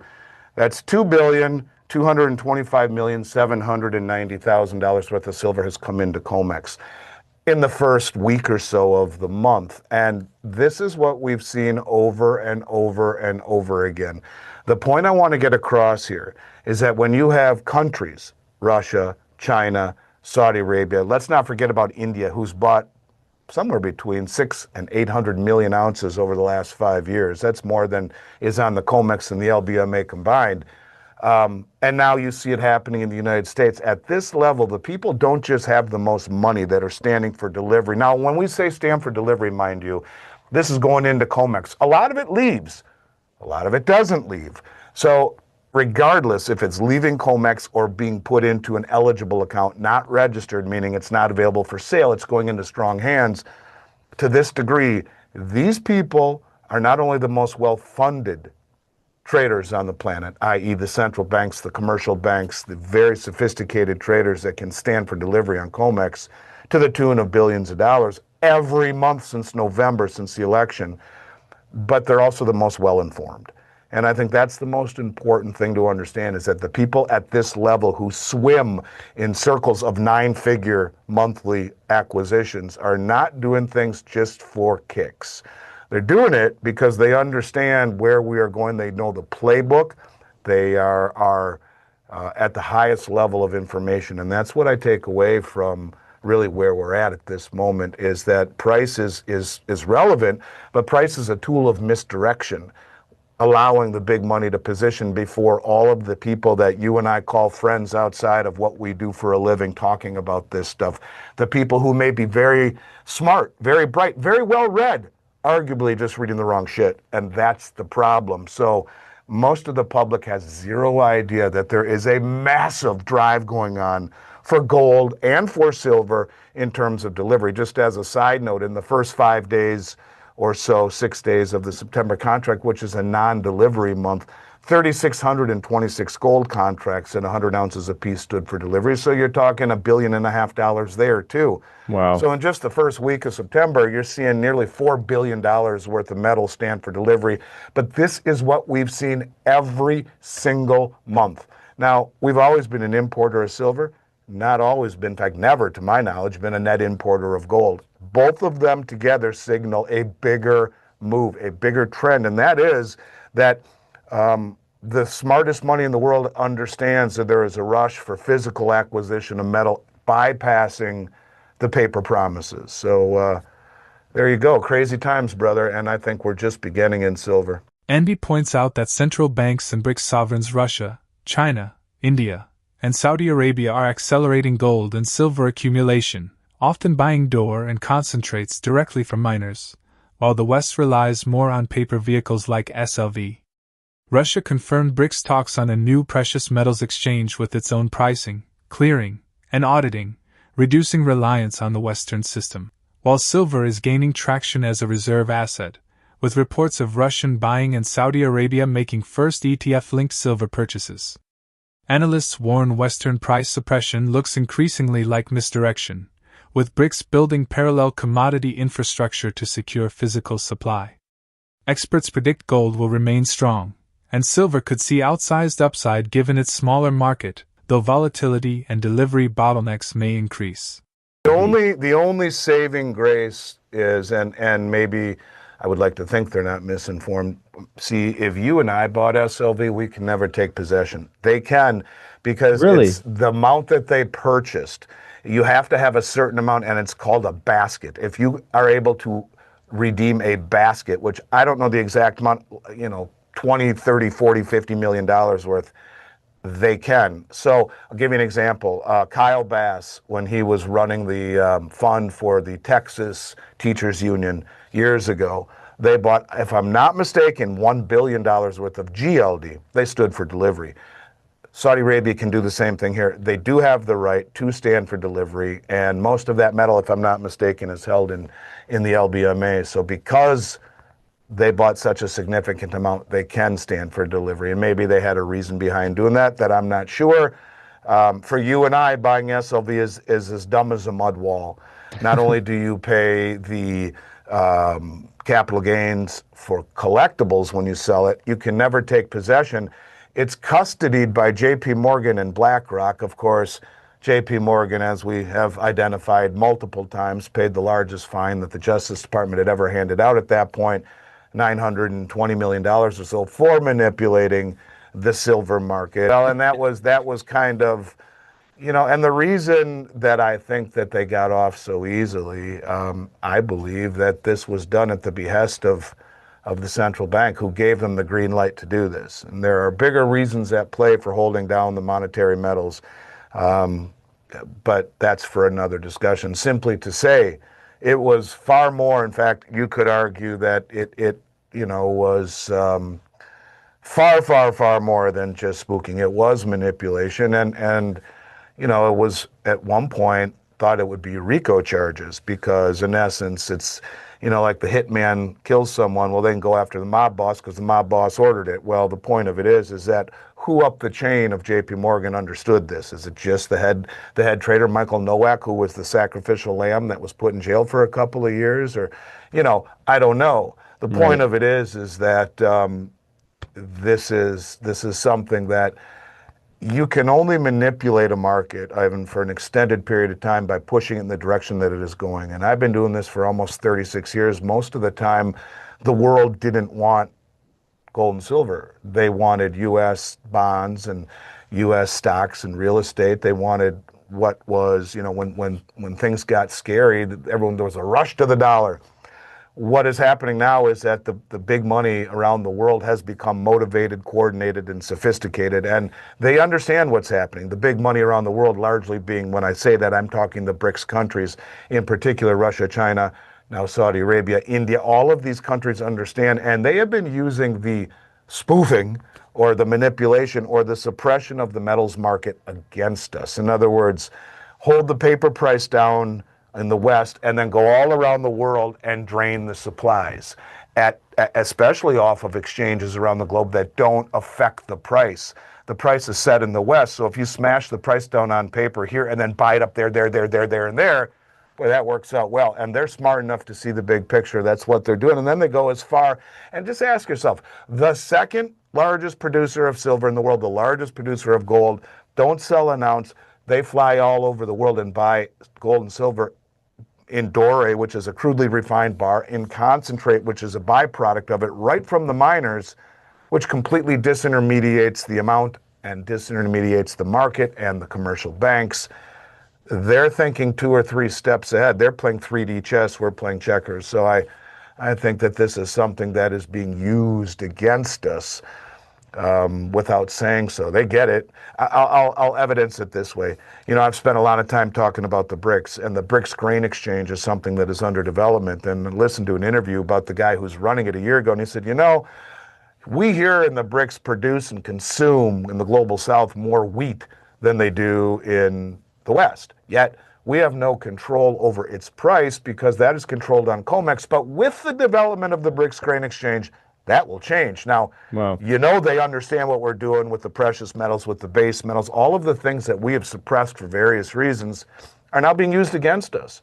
It's jiu-jitsu, the premise being you use your opponent's leverage against them. And this is exactly what's happening right now, man. Will central banks' increasing use of silver lead to a structural revaluation to that of gold? What potential effects may the establishment of a BRICS precious metals exchange have on shifting global pricing power and diminishing the importance of Western markets?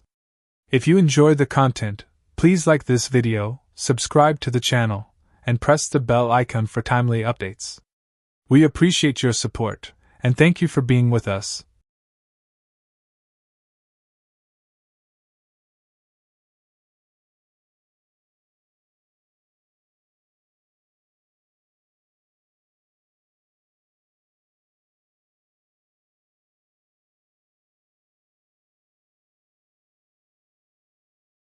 If the definition of a dollar is changed and devalued against gold, it is really a devaluation of treasuries, and therefore interest rates are going to skyrocket very shortly after this gold revaluation. And I don't think it will take very long for the end game to hit once this is actually done. We've seen how it affects prices in the past. We know this one is going to be a lot huger than the one that was in 1933 or the indefinite one that was put in place in 1971. This one is going to be monstrous and is going to lead to the end of the treasury market and the end of the US dollar as a fiat currency. And then everything is going to be repriced in terms of gold and silver, of course, when the public realizes it can't get any gold and the only thing that it can get its hands on are perhaps a few ounces of silver, and then we will head into a new era. An official U.S. gold revaluation, raising reserve valuations to today's market rate, would inject immense book value into the Treasury, 3% of GDP, improved balance sheets, and reduced debt pressure. However, this accounting shift could undermine confidence in the dollar, causing investors to flee into gold, silver, and other non-dollar assets. If the dollar is redefined and devalued against gold, it It would essentially devalue U.S. Treasuries and cause interest rates to spike soon after.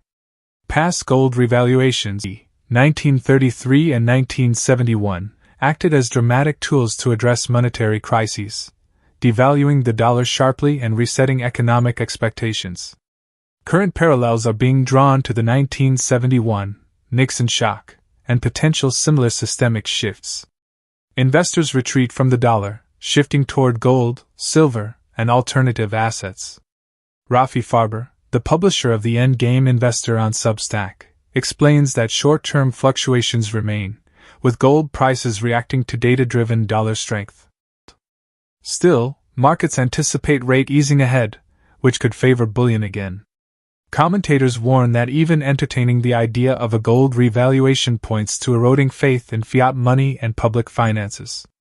It's seen more as a Rorschach test reflecting systemic anxiety than a mainstream policy plan, but one that signals how close some policymakers are to the edge. The LBMA and Comex are experiencing record delivery demands as institutions shift to physical gold amid concerns about counterparty risk. Historically, gold revaluations fuel inflation, but a move today could be far more severe, potentially undermining the dollar's fiat status and forcing a systemic reset in gold and silver terms. This comes as de-dollarization accelerates, with gold overtaking the euro as the second largest reserve asset and central banks buying at record level. Watch closely for our professional insight. Click the subscribe button and enable notifications to ensure you don't miss any upcoming material. Thank you so much for your support.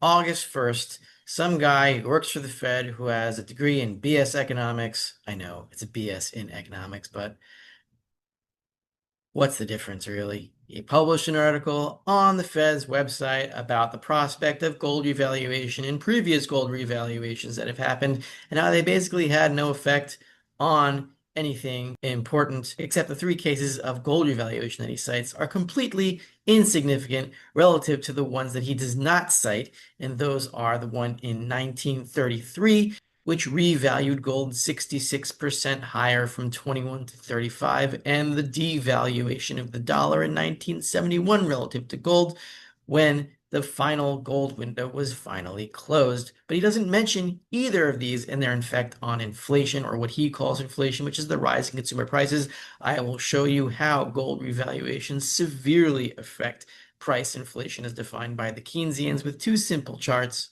and why this gold revaluation, if and when it happens, is going to be at least 60 times worse, because the revaluation would be a mark to market, and even assuming the market price remains at 3,400 whenever this passes, and it won't remain there, the effect of a gold revaluation on the dollar and prices will be extreme, and it will lead to the end game almost certainly. One thing I noticed on Gold Charts R Us. This is a great site that I have a subscription to, and I recommend if you really follow the gold markets, it is very helpful. I looked at the gold future spread because I noticed that there was a record low spread between the 2-month and spot rate, which we'll get to in the next chart. With public debt at high levels, some governments have begun to explore financing additional expenditures without raising taxes while also not increasing public debt outstanding.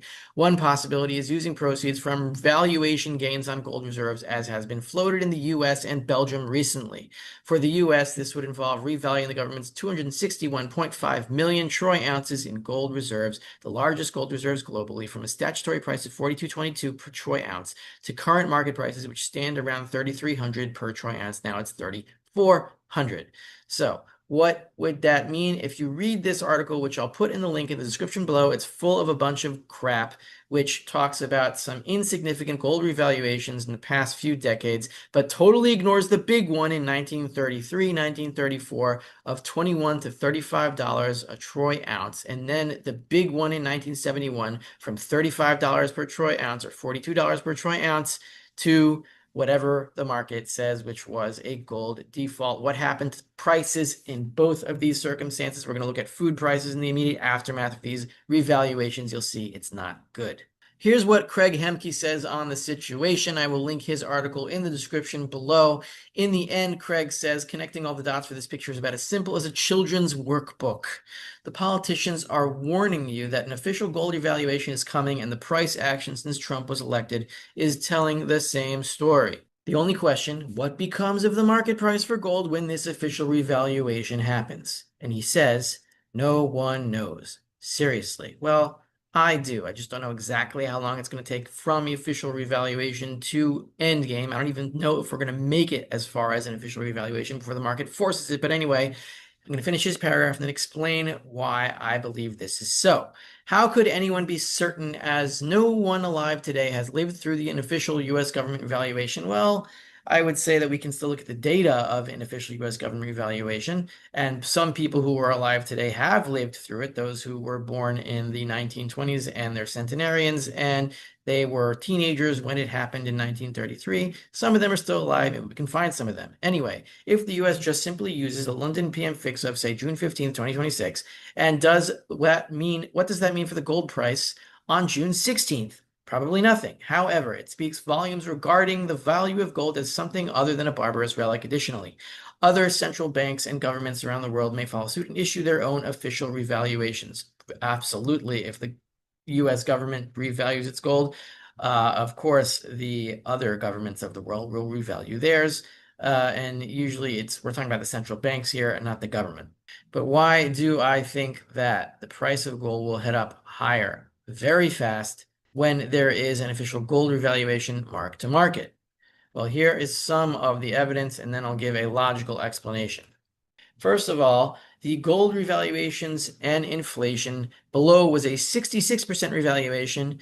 This one would be 60 times larger than that, because we'd be revaluing gold from $42.22 to about $3,400, which is 60 times larger than the 66% revaluation of 1933. So here you can see these are food prices. I'm going into food prices because I want to know how a gold revaluation was followed. I'm not necessarily going to say affected by directly, but was followed by a huge spurt in food price inflation increases, which means that basic necessities got extremely expensive once the revaluation happened shortly after. You can see here that April 1933, food prices were going down 15.3%.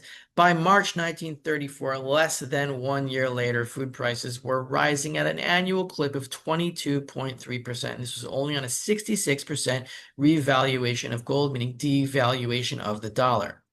Here is the August 1971 gold default. You call it a revaluation, dollar devaluation. It's all the same thing. The August 1971 gold default went from a 3.5% rate in food price inflation in August 1971 to 20%, 19.8% by August 1973. Just about 2 years later, we had the major stagflation of the 1970s, and the only way it was brought down was by the Treasury selling its gold reserves off to try to suppress the price of gold. And now, from a logical, positivist perspective, why would marking gold to market raise the price of physical gold enormously and then lead to huge amounts of food price inflation, which is really the most important part of the Keynesian definition of inflation, because when basic necessities become unaffordable, people start to riot.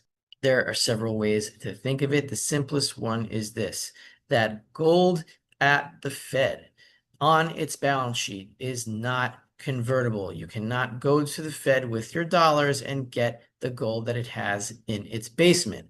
What you can do is you can buy gold at a coin shop. Farber turns to the present and notes that gold has been consolidating for almost 4 months. However, gold miners have already started to appear. In the past, gold has typically followed miners, who set the pace for upward mobility. While gold prices stayed mostly steady, mining equities increased by about 25% in August alone. With miners indicating the next step higher for bullion, that divergence implies the consolidation may be coming to an end. Discovery Alert notes bullish breakouts in miner performance relative to both gold and broader markets. The ratios of GDX gold and GDXJ gold are climbing from multi-year lows, suggesting that mining stocks are attracting capital away from traditional equity allocations, a sign of strategic rotation. Analysts warn that an official gold revaluation could trigger a massive dollar devaluation. This revaluation would be among the most dramatic ever, far outpacing the 1933 and 1971 gold devaluations. Still, experts caution that it amounts to more accounting ingenuity than genuine monetary reform. While it might help with short-term fiscal optics, the underlying risk to inflation, dollar confidence, and debt sustainability would likely remain unless paired with fundamental economic changes. Now, let's shift our attention towards the interview. 195 grams per ton silver at the galleon target, 3.8 grams per ton gold at the horseshoe target. We've got copper, zinc, lead, antimony, gallium, indium, and tin. Rumor has it that Putin will be there soon, and he might take a look at the resources. I don't think he actually will, but it's an interesting coincidence. Now that, let's go to the charts and an explanation why a gold revaluation would lead to a quick dollar devaluation from an Austrian school positivist logical perspective. For our first chart today, people have been asking me how long is this consolidation in gold going to last, and silver as well. Well, we're at nearly 4 months now, or a little bit past 4 months, about 4 months. We can see here that the candles are the price of the gold miners as represented by the GDX and GDXJ ETFs. We can see here that they are both headed higher as of the beginning of August relative to gold, which remains in consolidation. The miners have broken out. When the miners tend to lead gold, that means that gold usually is at the end of its consolidation. Miners usually lead gold in their move. If miners are headed down and gold is not yet, that usually means that gold is headed for a dip. If miners are headed up and gold is not yet, that usually means that miners are leading gold higher. This consolidation is about to end. In my humble estimation, that is. You can see here that miners are up about 25% for the month of August, and gold has been relatively static. Where are we in terms of how nervous the Treasury is getting before there is something bad that happens in the monetary system? Well, it looks like Scott Bessent, our favorite Treasury Secretary, is getting pretty desperate because he's begging the Fed to cut rates 150 basis points.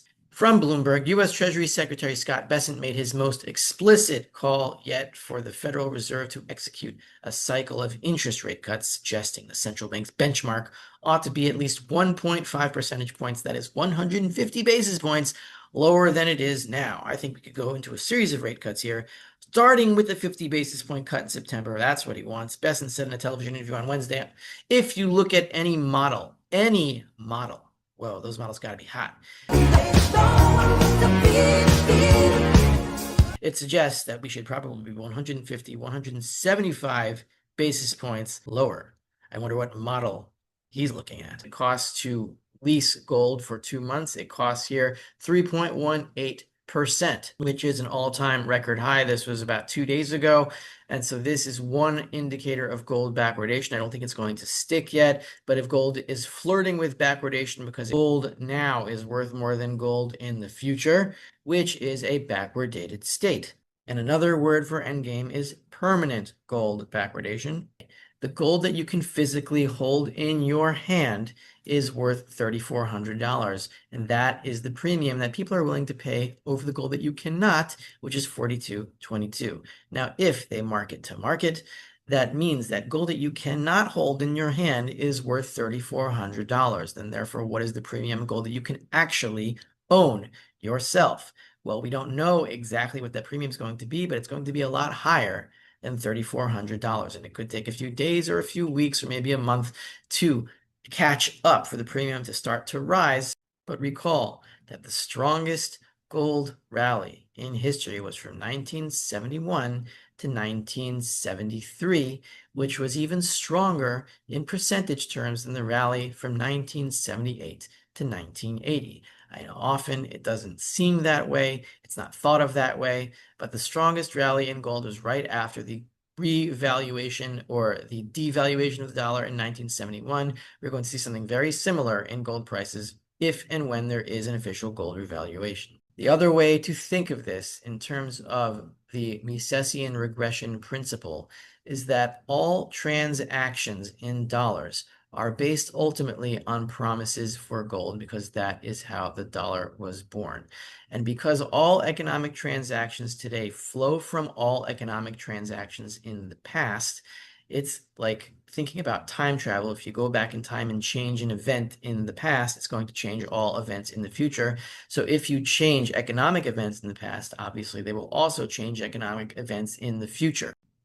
And the economic events of today are still based on the assumption that gold that is owned by the Fed is payable at 42.22 an ounce by dollars, which are the Fed's liability. I understand that people do not actually believe this, but because the economic transactions of today stem from those of yesterday and prices of today stem from prices of yesterday in gold terms, that means if the definition of a dollar is changed and devalued against gold, it is really a devaluation of treasuries, and therefore interest rates are going to skyrocket very shortly after this gold revaluation. And I don't think it will take very long for the end game to hit once this is actually done. We've seen how it affects prices in the past. We know this one is going to be a lot huger than the one that was in 1933 or the indefinite one that was put in place in 1971. This one is going to be monstrous and is going to lead to the end of the treasury market and the end of the US dollar as a fiat currency. And then everything is going to be repriced in terms of gold and silver, of course, when the public realizes it can't get any gold and the only thing that it can get its hands on are perhaps a few ounces of silver, and then we will head into a new era. The possibility of a revaluation of U.S. gold highlights the financial system's severe structural stresses. Although doing so could momentarily strengthen the government's balance sheet, it runs the risk of inciting inflation, undermining trust in the dollar, and hastening the world's shift toward gold and silver. In addition to reflecting monetary history, the discussion highlights the vulnerability of the current fiat system in the age of de-dollarization, as gold miners have already signaled to the market that they expect bullion prices to rise. Would a revaluation of gold signal the end of the US dollar's position as the nation's reserve currency? Do recent advances by gold miners portend an impending bullion breakout, or are they merely another transient divergence? Post your thoughts in the space provided for comments. Join our community by subscribing to our channel and enabling notifications using the bell symbol if the video resonates with you. We appreciate your participation in our community.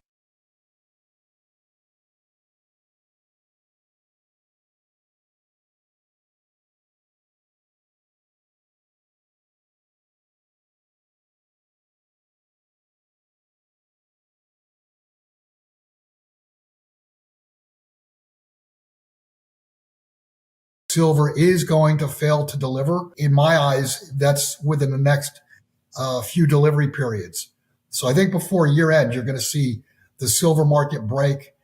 That will immediately spill over to gold. Clearly, China has way, way more gold than they say they have. I think probably Russia too. And just go back to the old saying, he who has the gold makes the rules. And that's what they're preparing for. They're preparing for the dollar/bonds, treasury bonds to implode. I mean, so much is going on under the radar here.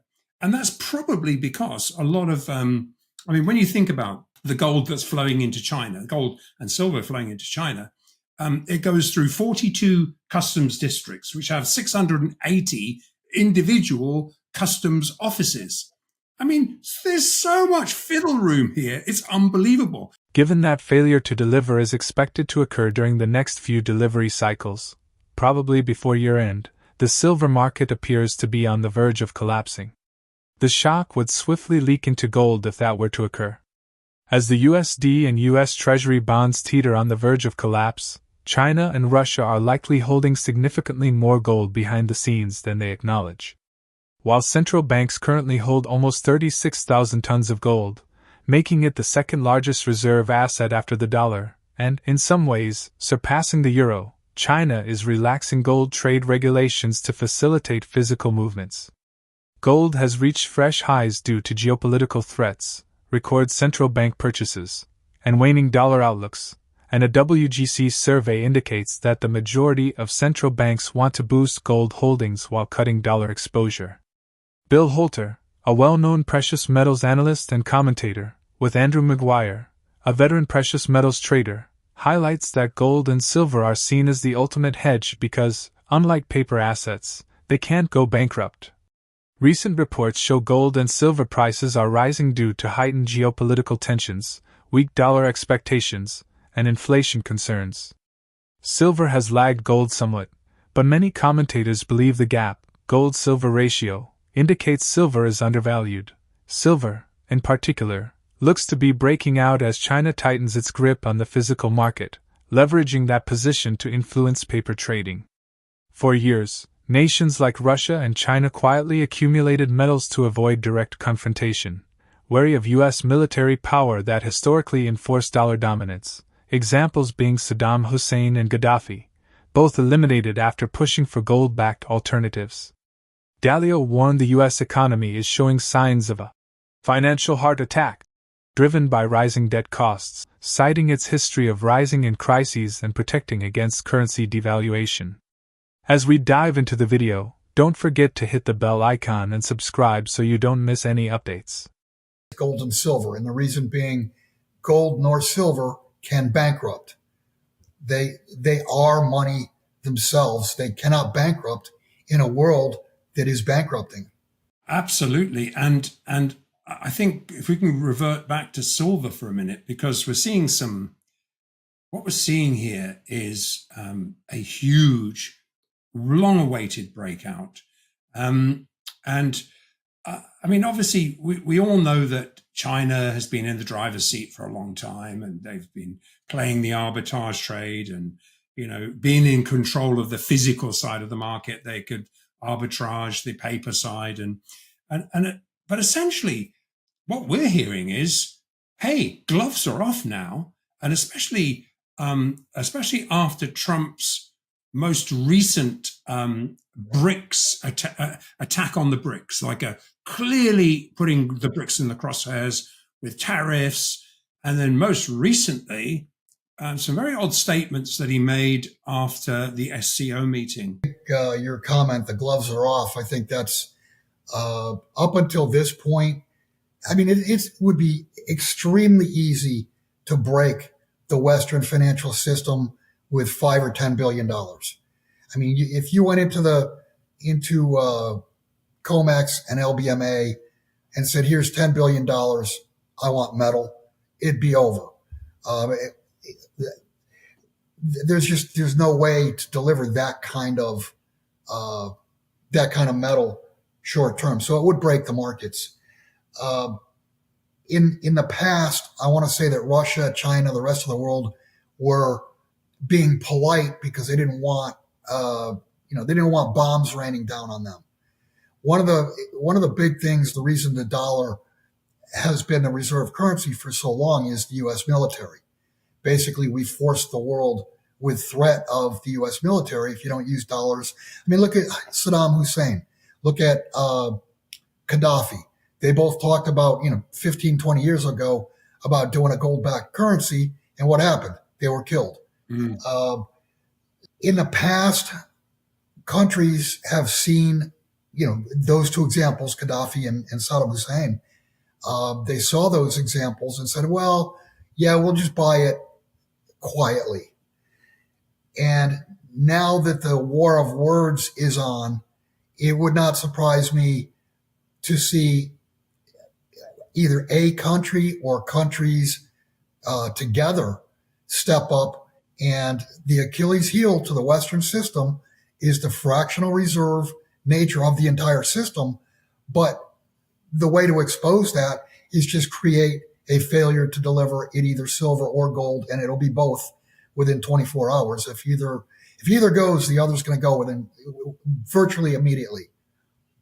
So they're at the point now, like you said, the gloves are off, and money is just flowing into, whether it be the physical metal itself or even the leveraged contracts in the West.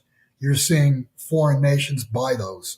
And I think most recently, and I know we're recording this on the 3rd of September, so it's not really a time-sensitive thing we're talking about here, but But essentially, what just happened, and I don't think this is clearly not going to change, is that it's quite clear from Trump's comments that the SCO meeting between these major hubs that you're talking about, and military powers as well, really ruffled the White House's feathers here, and they're not handling it very well, because basically, I guess really, I mean, maybe I'm naive to think, wouldn't it be better to have a multipolar world where you take all the barriers down? But I guess US dollar hegemony is the problem here, is it?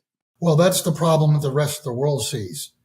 The rest of the world wants to get out from under Uncle Sam's boot, if you will, by using dollars. They don't want to use dollars, and they'd prefer not to be in the SWIFT system. I mean, ask Vladimir Putin. The U.S., the West, stole 300 billion plus of U.S. treasuries going back to, what was it, 2023, October 2023. According to Bill Holter, cryptocurrency was created as a diversion from gold and silver, which are the real alternatives to the dollar. Since silver was designated a key mineral in the United States, its significance has increased, potentially limiting world supplies and retaining domestic production. Deficits are growing as Mexico's output declines and industrial demand for electronics, EVs, and solar rises. Silver may also be withheld by nations until prices significantly increase. By 2026, analysts predict prices to reach between $40 and $52.50 per oz. However, since no fiat could purchase gold and silver in the event of a currency collapse, they might become invaluable. Let's shift our attention towards the interview. But I believe that the crypto market was created as a pressure relief valve from gold and silver, because they are viewed as an alternative, a dollar/currency alternative. But silver's got my attention at the moment, and because you and I always have talked about silver. You've been so far ahead of the curve on silver, and I think it's now being by the US now suddenly naming it as a critical mineral. To me, that would mean that they're caught in a rock and a hard place here, because that means that US mined silver, that they probably start banning the sale of it. It has to be bought internally, perhaps. I don't know. What's your thoughts? Because to me, why would you allow a critical mineral to be sold? Right. Well, I mean, look at it this way. Naming it as a strategic mineral or strategic metal automatically creates the demand of whatever the government's going to buy. And it automatically reduces the supply available to the market, because that supply is being bought up by the government. So you've already got a disastrous supply-demand equation. They just poured gasoline on that fire. Yeah, and of course, what you essentially were saying here is that every other central bank, every other sovereign, everyone else is going to say, well, I'm not selling my silver at this price. I want a much higher price, and I don't quite know what that is yet. The much higher price, I made the comment before we started recording, be careful what you wish for. Yes, yes. When we go through $50, that's if markets stay open. I mean, there could be a failure to deliver, this month. I mean, who knows? But once we get through $50, you've got people talking $100, $200, $600 silver. There's really, in today's world, there is no way to project a number that gold or silver can go to. And I mean, the reason being, the parameters are zero and infinity. And the reason infinity is a parameter is because if a currency goes to zero, then it is priced at infinity in that currency. In other words, no amount of currency can buy an ounce of gold.